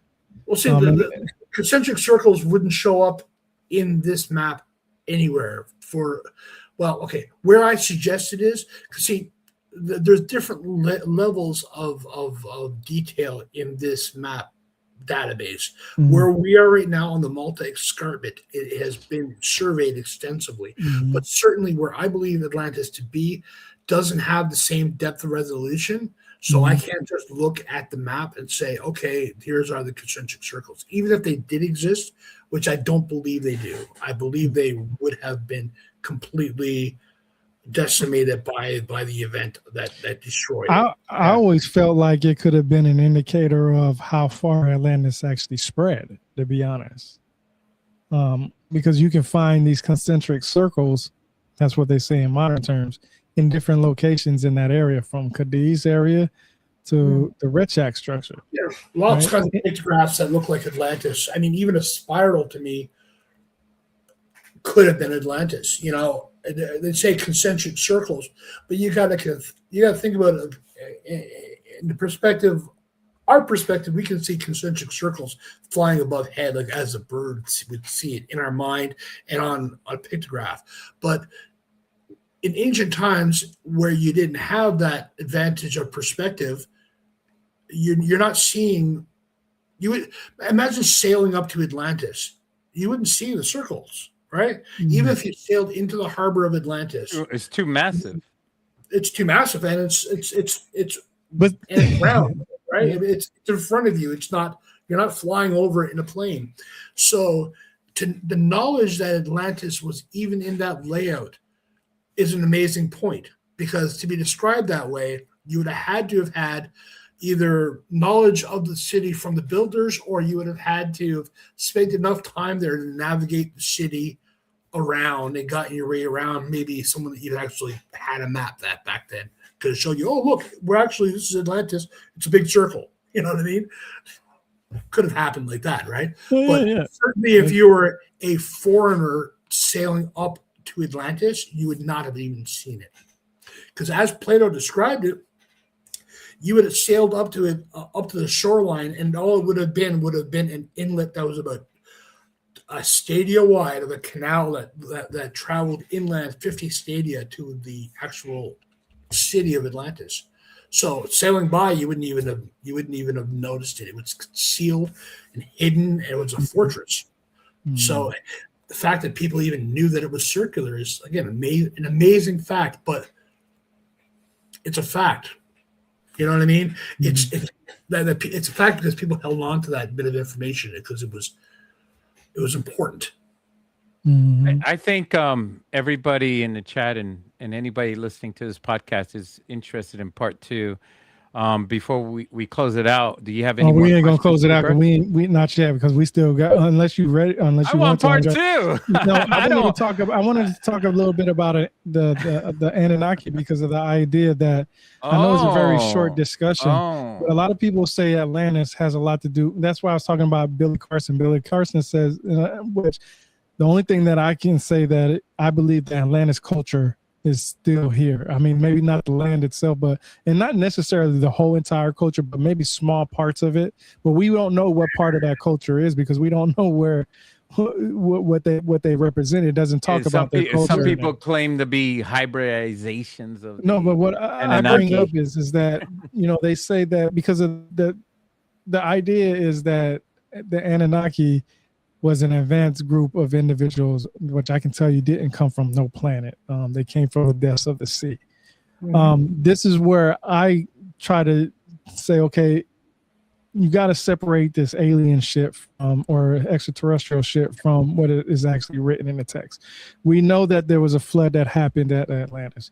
We also know that there were many floods. So I'm pretty sure within those many floods, people left that area and said, we're not going to let this happen to us. It might have been a small group of people. I think they came from a planet.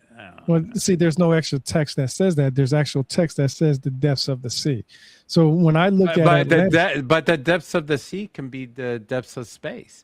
No, because it's all left in interpretation. No, because when we look at the depictions, Enki is a fish god. We don't see fish in the sky. We see birds in the sky. We do. We have No, we don't. Pisces up there. I think every time you mention The aliens, stars. it's kind of like a slap in the face of our ancestors and all. Yeah, that's what I'm saying, is because when you actually read the actual text itself, the actual text from the cuneiform, we look at the depictions, Enki is literally depicted as a fish god. Not only is he depicted as a fish god, but he also has streams coming out his shoulders with fish swimming in there.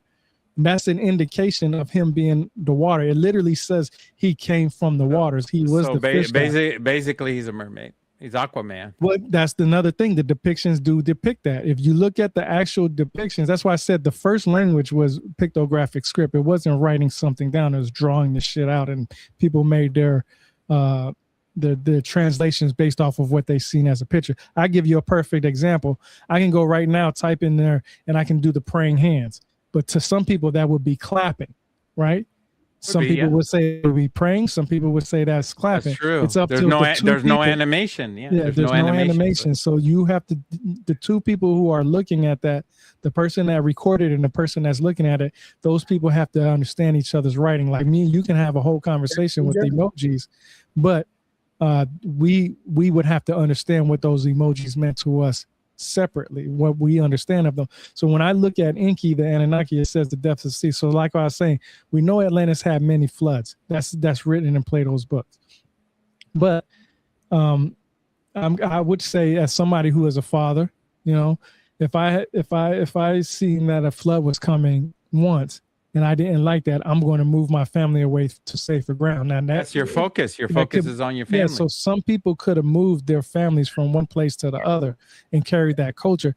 And and when you say the depths of the sea, doesn't mean necessarily they came from inside the water, or they were mermaids as a sense.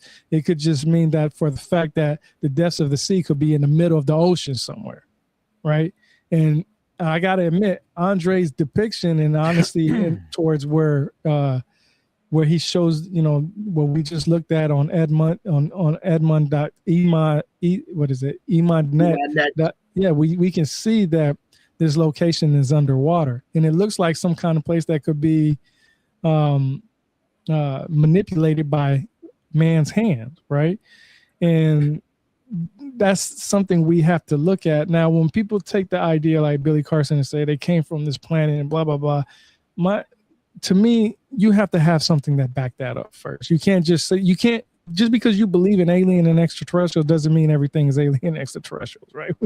We know that, right? And I hate when people go that route because of the simple fact that that's, like you said, Andre, that's disrespectful to our ancestors. That's very disrespectful. You know, people out there work. I don't think Billy Carson worked hard a day in his life. I can tell you right now, personally, he is a fraudster because he has been known to take from people. I mean, there's criminal records of him taking and stealing from people. I mean, he changed his name to avoid that, you know. And in this day and age, you can't hide, you can't fight that, right? You did something like that. You got a criminal record. You've been taking money from elderly women, $8,000. I mean, that's disrespectful. I'm not out to grift anybody. I got a story that I just got to get out. I can't. I didn't expect it to ever. I don't even think he's grifted. I just think he's taking advantage of people that they believe in something that he's going to go with it. And that's why this information that we have is so bad, because of the simple fact that when people like you come over here, do their due diligence, study the language, study the maps, create maps, go out of their way to do everything. And just like you told me earlier, you have a family and you have a job. So you have to use your time wisely, right? Billy Carson travels the world. There's no way he can read that many books traveling that world like this. I can tell you, I'm retired, 42 years old, being retired in my early 30s. I can tell you right now, as a family man, I don't have enough time to read as many books as I want to. I still got to clean dishes. I still got to fix my cars and stuff like that. When something happens, I got to work around the house. I got to cut the grass. Maybe because he has money to do that. But while I'm doing now that, he's getting on the plane, he's getting on social media, he's getting all this stuff, doing all this stuff. But people believe him because he's famous. And I think that is so ignorant of people because they go after who is famous. So we got to stop that because in reality, I have the same certificates that he has. I mean, literally, Billy Carson, he talks about how he has these certificates. He went to Harvard and this, that, and third. I can tell you right now, I've taken classes, the same exact classes he has. Why? Because it seems like a very educated man. He has he's all not, those and certificates. I'm telling you, he's not. There's nothing educated. And I'm gonna tell you the reason why. Let me explain to you the reason why. You can go on you can go on edx.org and you can take free classes Let it from out, Harvard. man. Let it out. No, you can take these free classes online. But the thing is nobody checks if it was you that took that class or not. So you can have other people take these classes for you and pass it. And you can say, well, I did it, right? I'm serious. You can, it's not that hard. That's why going to college makes a difference. You have to sit your ass in that seat. And when you take these classes and these tests, there's a camera in front of you and somebody has to see you take these tests. On these certificates that he took, I know because I took those same exact classes, and they're only 6 to 8 weeks, and you can go in there, and I tell you how easy it is to pass it. You can literally go in there and they'll ask you questions. You can highlight those questions, and this was before ChatGPT and Grok, before they came out when I took these classes, but you can now, because I still have them on my edx.org account, you can highlight these questions, type it in Grok, ChatGPT, and get the answer, and boom, you got 100 easily. There's nobody's watching you take this test. So when I say that there, so I told you I didn't even get to ChatGPT wasn't around when I took those classes. You come out, you go on to take a test, and you come out with a gown and cap. But what you can do is you can write it down, and you can go Google search it and look for it and stuff like that. I mean, I did that. I mean, why wouldn't I? I believe you. I believe you, man. I considered going back and getting a degree in archaeology as well, but I mean, honestly, that's a hard degree, man. But this is my point: is that it's a lot of years. If you I got to learn a bunch of information that I know right off the bat is wrong. You know what I mean? Yeah, and that was my point. That's exactly my point. Is that I know offhand. I know offhand what is accurate and what is not, because if you tell me something, I want to be able to read it for myself. I want to see where you got this information from. Yeah. I don't want you to say, like I asked Andre earlier, I said, hey, what is your sources for this? He told us. He gave us his source. His peer-reviewed article has it on there. His article with Graham Hancock's on there. He's active on social media. And I respect that. And he's writing a book. Right. And I can tell you, as somebody who is a best-selling author, I'm a best-selling author. My book went #1 as soon as it went out. And I can tell you from my experience, it's not hard to do this on a perspective if you have money to dispose of. OK, people, and I'm not trying to harsh on Billy Carson, he just takes this Atlantis stuff and he makes it. Most of the people that talk about Atlantis, they say that Billy Carson is his source. Why isn't Andre your source? Why isn't Plato your source? Matter of fact, forget Andre, forget me, and forget you. We can go straight to Plato. Why aren't you quoting exactly what Plato said? Right? And the thing is because people go off of who is famous, who is known out there, who got the $1 million, who got this, that, and I've read Billy Carson's book where he literally talks about himself all throughout the book. There's no information there. He takes information from other people. It's by design, man. It's by design. And that's what I'm saying is to keep us everybody ignorant. Will go to him for the trips, for all this stuff, because they trust him and nobody else. They don't know anybody else. Yeah, because people like Andre will have a hard time saying, hey, look, this is Atlantis. Even with David Stig, I told him too that, okay, I understand your idea of Atlantis being this place. And he has told me plenty of times himself. He says he's not 100% sure this is the capital, but he does say that it is part of Atlantis. He has said, yeah, he says it's part of Atlantis. He does say that. I talk to David all the time on Twitter, and he challenged me to a debate on it. But again, without giving up my information, I'm not going to debate him on it. I've been trying to tell him he's wasting his time without being an arrogant arsehole by saying it like that. Like I want to just. I don't think he's wasting his time. I think honestly, what will it take for you to sit down and talk to him on a podcast? Talk to him. I need to have my theory out online myself. Like I need to have my paper on Atlantis out there. You want to have it before so somebody can steal it, right? Well, exactly it, right? Because any idiot can get online and just start spouting off where they. That was my point. That's why Billy Carson could be listening right now, and he can be out there tomorrow with my theory. And that's why I brought that up. Discovers Atlantis, and how am I going to prove that? 100% why I brought that up, because Billy Carson. Right? I have that now. If you Google Talopoulos, my name shows up. Your name shows up. It literally does. And when time comes, when Talopoulos gets that credit, I will show her where Atlantis is, and then maybe I'll have credibility finding 2 lost cities. No, but no. The reason why I brought that up, because a lot of people say you always talking about Billy Carson because he steals information from others instead of sponsoring people. He steals, and he does have the money to, like, if Andre was to come out here in full-fledged, says, this is Atlantis, this is my sources, this is it, without having a book published or an article that has all that information in there, somebody like Billy Carson who has money can fly there tomorrow within 24 hours, take all that man's information, and because he has thousands and hundreds of thousands of followers, he can say, I came up with this idea. This is mine. I've been doing this for years. I've been thinking this for years. Now, Andre is left out. I think it's everybody any in information. The game. I think it's everybody. But that's my point. If me personally, first of all, everybody wants to be, I found this location. Right? Everybody wants to, right? Yeah. And the idea that everybody wants to say this is because they want their name to be out there forever. Well, we're in the digital world. I'm guilty. I'm guilty for that because I put my title up. It says, "We found Atlantis. This is the man that will tell you exactly where it is." And I did that because I wanted to get more followers to come in and watch our podcast. I'm guilty. I am sorry. But I apologize ahead of time. I am guilty for it. Well, I'll make the promise. If you follow me on Twitter and follow my account, you will know where Atlantis is within 5 years, guaranteed. Can't imagine any longer than that. I bring that up because, like I said, I bring that only not to harp on. What's your Twitter, by the way? I'm about to bring it up.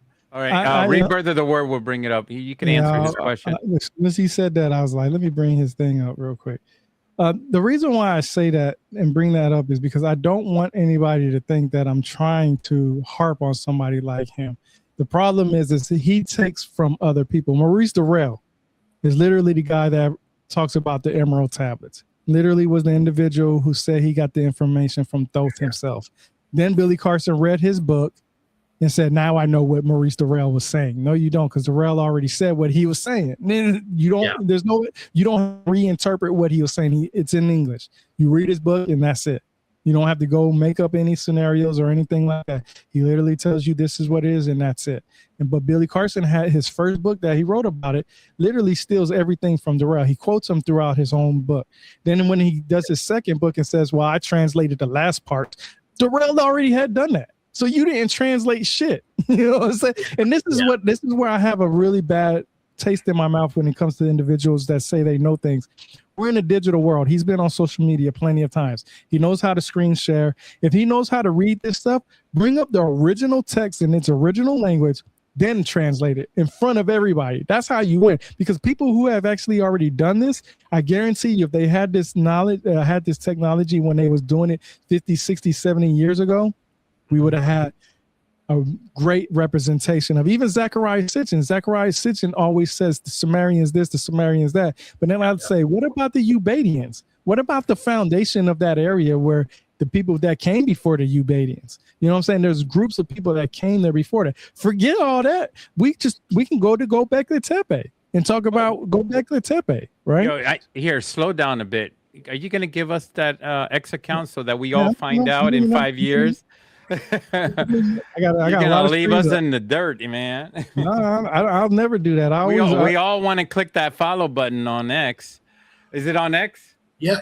It's on X. I'm just bringing it up. But yeah, my point is that we don't get facts like we should get.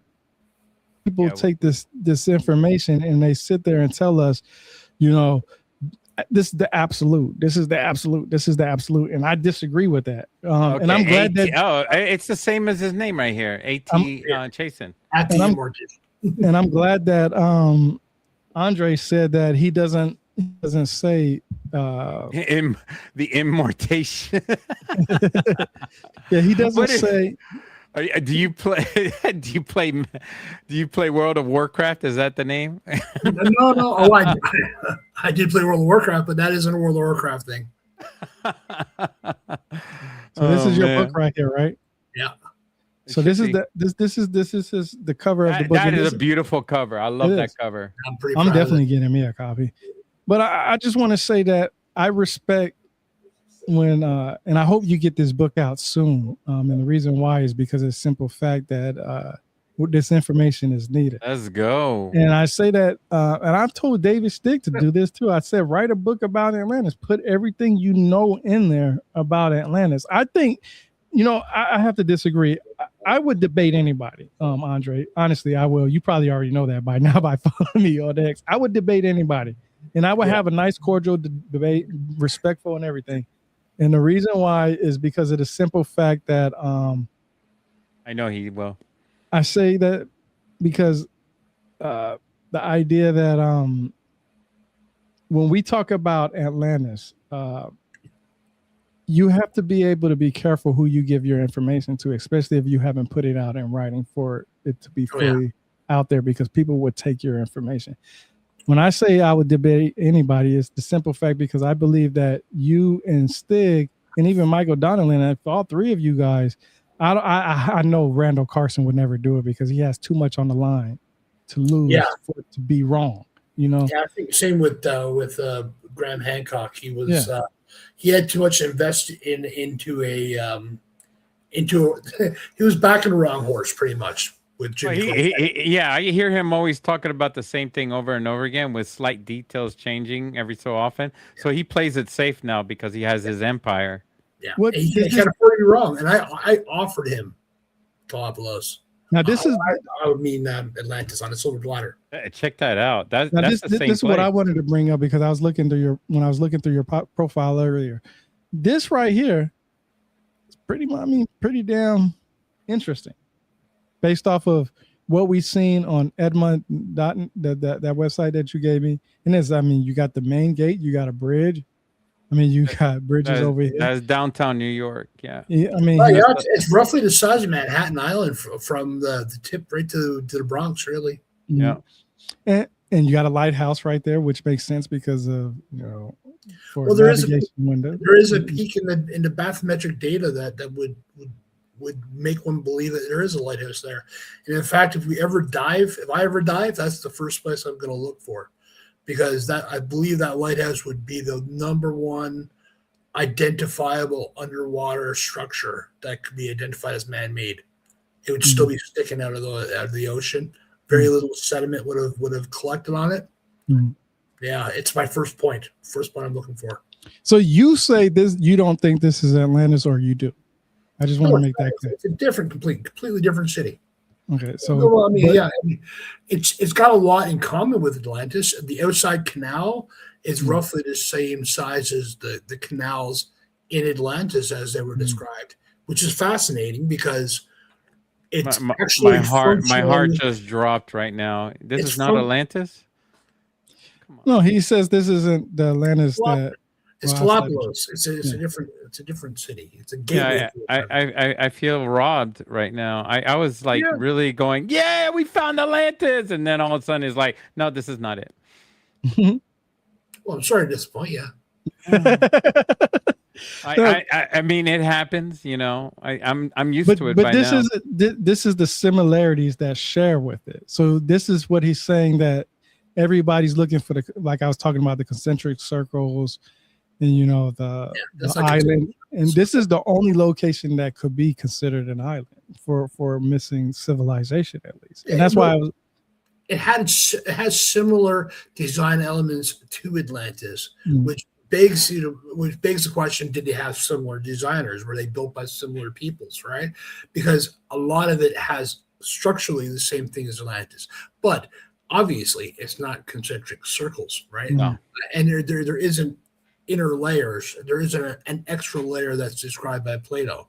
This is what's described by Homer in the Odyssey, right? Completely different story, completely different ancient Greek poet. So just for verification's sake, you say this is more in line with Homer's Atlantis.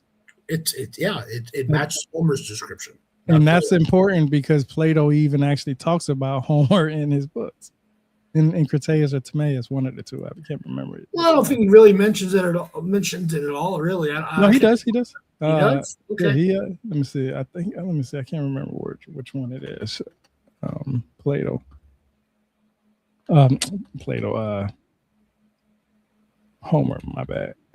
Where are these ideas that they say that the Atlanteans caused their own destruction? Where did that information come from?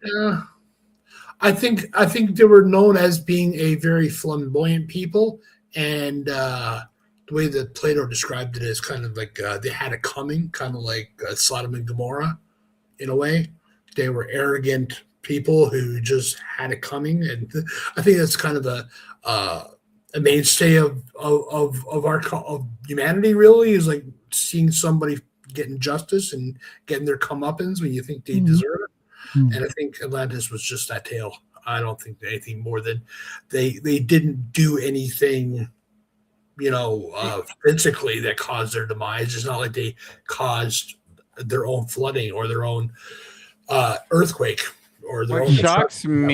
What shocks me about Atlantis is the technology, because if Egypt, and what I read to you guys and what the priests were talking about, it made me feel that Egypt has that same attitude as like the people of Atlantis, like they're like, I'm better than you, you're just children kind of attitude.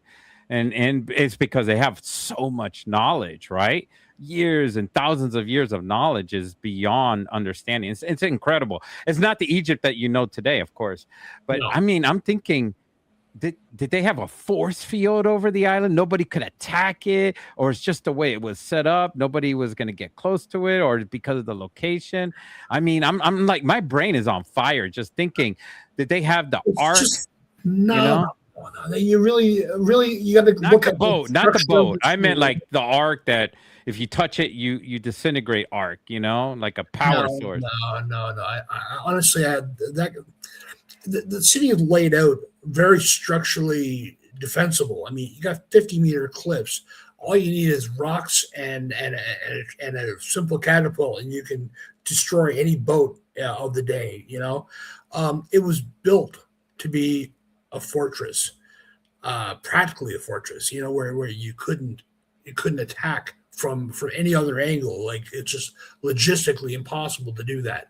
So the thought of some energy field, like, it's I'm just thinking about Egypt, because Egypt was protected for so long until Moses on down and just parts the Red Sea just magically and just takes off with the ark, and then all of a sudden Egypt is being attacked by all sides, being destroyed.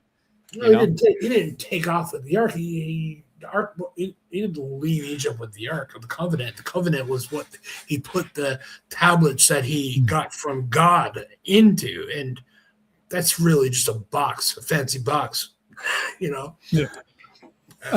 I do want to bring this up because we're at the 2-hour mark, so we'll be closing out. And I definitely do want a part 2, and I definitely hope to get that after your book, because I will read your book. I do want to say this: Plato never necessarily says advanced civilization like a lot of people say. That's why they believe Atlantis is, some sophisticated alien extraterrestrial type of people or whatever, or connection with them of some sort. Plato never necessarily says advanced civilization. What he actually says in his book is, now in this island of Atlantis, there was a great and wonderful empire. Now that could mean anything, and that can be subjective depending on what you consider great and wonderful, a wonderful empire. But what is he comparing it with? I mean, what empire has he ever been around in comparison to Holy Roman Empire? You know, I mean, how that's big? a good- How that's a- big is an empire, and how that's a good would question. he relate Atlantis to another empire? That empire, obviously, Atlantis is much greater than any empire he's ever seen, Yeah. like But my ever heard point is, about. Well, the this is Romans why were around for a pretty long time there too, and I think they would be the benchmark you'd rate any ancient civilization by. And I would say Atlantis, True. Columbus, all comparable to a degree. I mean, Yeah. they had to persist for thousands of years. They come up with any kind of mechanical and technological thing. They probably didn't come up with electrical systems, but certainly the antikytherial mechanism, which very well could have either rooted in Atlantis or Galapagos. 10,000 years ago, it could have been built easily. You can imagine clockmakers with that kind of precision could have done that 100 years ago. So who's to say isolated civilization 10,000 years ago couldn't have done that easily within the realm of possibility? But and that's where I'll go. and that's why I wanted to bring that up, because of the simple fact that a lot of people say, well, the Atlanteans were advanced civilization. Well, can you tell me where they say they was advanced at?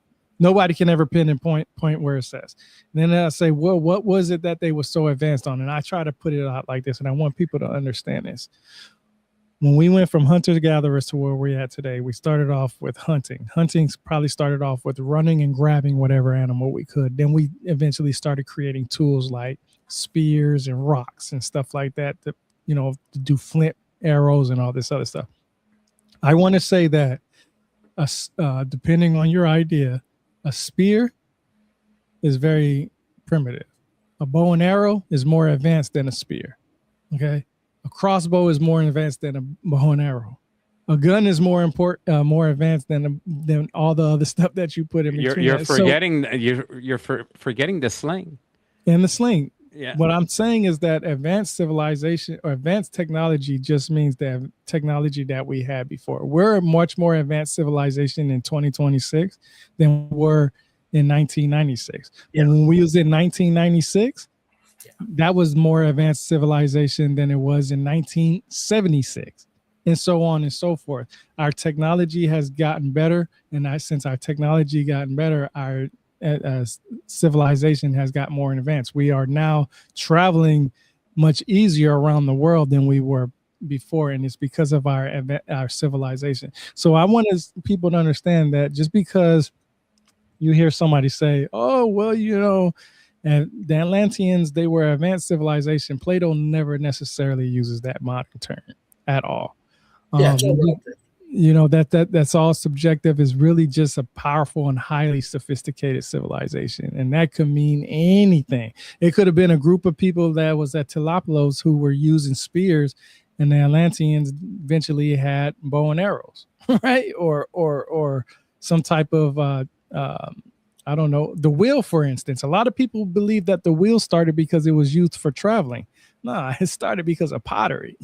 It helped them create pottery better.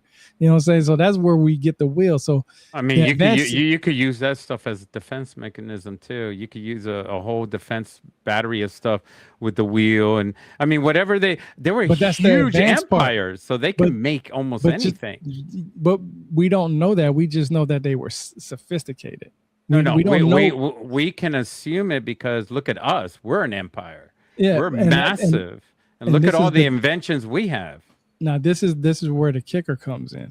Where's the artifacts for Atlantis and the depictions and the idea? Oh, it's down there. We got to get him the $400,000. He needs the $400,000 to get down there and get that technology.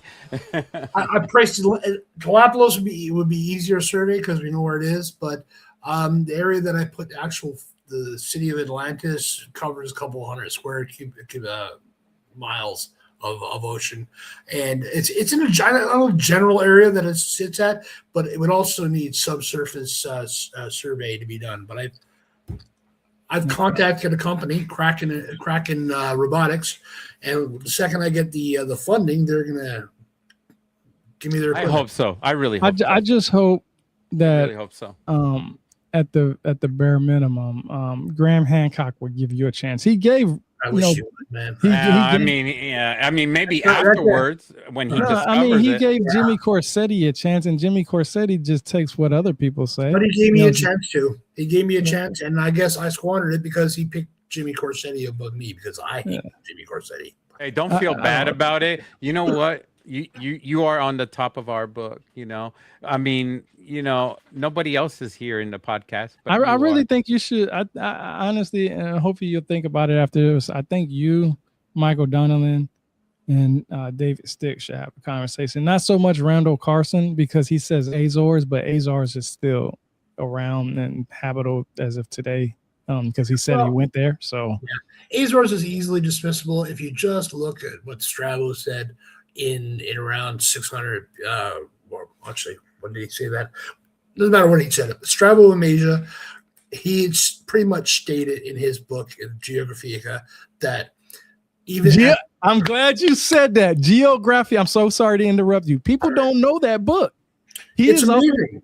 Geographia He gets is literally. all excited and giddy. Bro, I read that book. That and Almagest, man, those are two freaking hard books to. Well, Almagest is hard to read, just because it's it all is. mathematics. Yeah, It's literally all mathematics. That's a hard book to read. Man, Almagest. if Strabo had Google Earth, I'd be here in a podcast with him. Honestly, Yeah, Geographia. That's a very, very, very, very interesting book. very good book. Yeah, and so yeah, what was I going to say about that? I never read it. Well, yeah, there's several points I can make about that, but now I forgot what point I was going to make. So I guess I'll forget. I have to count on you two guys. But you know what? It is 10 minutes past that, and we need to have a part 2 for sure. Yeah. You're going to be coming back, right? It doesn't necessarily have to be about Atlantis. I mean, certainly. I mean, we have your word on that, right? You're going to be coming back to the podcast because we love you and our guests love you. So we really appreciate you. Yes, I hope to get a few more followers out of this and actually get a movement, so that more people can hear about Galapagos and. Because, like I said, it is the gateway. It's not the gate. It's the gateway to understanding where Atlantis is. And to me, when I discovered Atlantis, in my heart, it jumped out of my chest. And if I were just to say Atlantis is here and point on a map, you wouldn't get the same feeling that I got when I found it. So I want, when I finally reveal it, to be able to put it into a narrative that it's easy to understand, and people will say, "Oh my God, that is exactly where Atlantis is." And I want you to feel that the same way I felt. But that's me as a storyteller. I'm not that great yet. I'm working on it. I'm trying to put together the right text and the right animation for that. Right on. It's coming, though. It's coming. I want to watch that video that he popped up right there. That's a really good video. I love the beginning already. Yeah, got my attention. Everybody, please go check out Andre's X account. He does need funding. I'm gonna definitely put me some $5 into your funding when you get it. Buy me a coffee, yeah. For sure. I'm definitely gonna buy your book. You have a book coming out soon. You're working all the kinks out, getting everything right and updating and putting your time into it, which is greatly appreciated because you're not going off just to follow the money. You're going in there to follow it takes a village. It takes a village, Yeah. you know. If each person in the village gives $5, and soon enough you'll have enough money for the funding. So yeah, I would appreciate that a lot. I mean, anything that anybody can help. And certainly, I know that there's the right person is out there that will see my information and would want to back this, because honestly, there's got to be someone with the same passion to find Atlantis as I do in bringing this information. In fact, I'd rather be on the boat doing the survey, smelling the salt sea air, than actually trying to. You should probably hit up right? universities. You should probably hit up the university, the international university, not the American ones, but the international university with that idea. They can probably fund it. Man, it's hard to get funding, bro, because too many people. It's hard to contact people, man. Bro, trust me. it's hard to get sponsors, and I really believe if I had the funds, I would definitely sponsor you. I mean, there's no doubt in my, I'll probably be sponsoring a lot of people, to be honest with you, just because I really want to know the truth, and I'm that type of person. I spent time in the military. Fat Jesus spent that time in the military, and I just want to say, when it comes up to that, you basically gotta go through so many different things to weed out the incorrect information with everything. So like, with this, if I believe what you say because of your passion. You have been talking about this, like I said, for about a year and a half. You create your own work, you do your stuff, and you do it well. I know people like Billy Carson. He says in his books he has hundreds of people that does this work for him. I know Giorgio Tsoukalos is hands-on with his stuff, but he's a friend of Billy Carson, so they're going to believe what each other say, and that's part of the problem. We have to learn how to separate our friendships from the knowledge. I don't care if you're my best friend. If you can't provide me with actual information, then I'm not going to listen to you. I'm not going to do that. You're not a friend to me if you're lying to me or want me to believe what you want to say. That's not a friend. A friend is somebody who's going to get down to, nitty gritty with me and actually try to look for it. And I consider you a great individual, and I believe that people should sponsor you. And I hope you get what you did deserve, because you are doing your just by this 4-minute video, you can show that you're passionate enough to do this yourself. I don't see Billy Carson and anybody else doing this stuff. They usually just take other people's stuff and they repost it, and because they repost it, they make most of their monetary gains. And they never say who it is from either. That's what I'm saying. I've seen it. It's like, oh my gosh, dude, where's the references? Yeah, that's what I'm saying. They claim it as their own. Yeah, and that's sad, because I really believe that there are a lot of people. There's enough information out there, and I always say this: there's not one book that one person can read. You can't read one book and then get all the information. And I also say, just because you read thousands of books doesn't mean that you got all the information. Those thousands of books can be referenced one or two books, so they basically just repeating the same thing over each other. Yeah. Matter of fact, I could tell you right now, if you read the Holy Bible, if you read one scripture, you're going to read that same scripture in a different way somewhere else later. So I just want to leave it like that. But I really do appreciate you being here, Andre. I hope we have another conversation. This is a journey for all of us. And I think you're at least at minimum, I can take your understanding and your passion serious, because you're doing this yourself, and you sat down with me to talk to this, and you would talk to anybody about this. Hell, I mean, you've talked to so many different people about this, not just with me, but you're hands-on talking to a lot of people, and I really appreciate it. So everybody, please go here, check him out, give him I know a couple of people hit me up a while back when I was promoting your work a while back. There, a lot of the people that I know already said that they started following you because of this, and hopefully this opens up a new door for you to get what you need. And I'm definitely going to support you, and always will. I'll support David Stig and all those other people, just because I understand where they're coming from.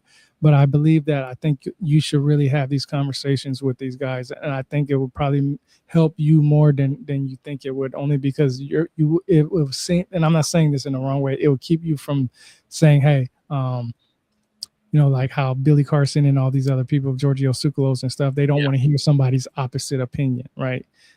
Even just getting into a room. That's right, Constitution, Chris. If somebody comes in there and says something disrespectful and you need to leave, at least bare minimum, you can say, I tried. Are you going to play that video at the end that I sent you? Knowledge is power? No, we'll play it next time. What? Yeah, we'll play it. Don't have it? Oh, come on. Oh, it was so good. I worked so hard making it. Let's see. Hold on. I don't even know where is it at. Oh, I gotta add it into the thing. That's why I was telling you I'm gonna add it into our our thing. But I'm gonna next stream, guys. Next podcast. Yeah.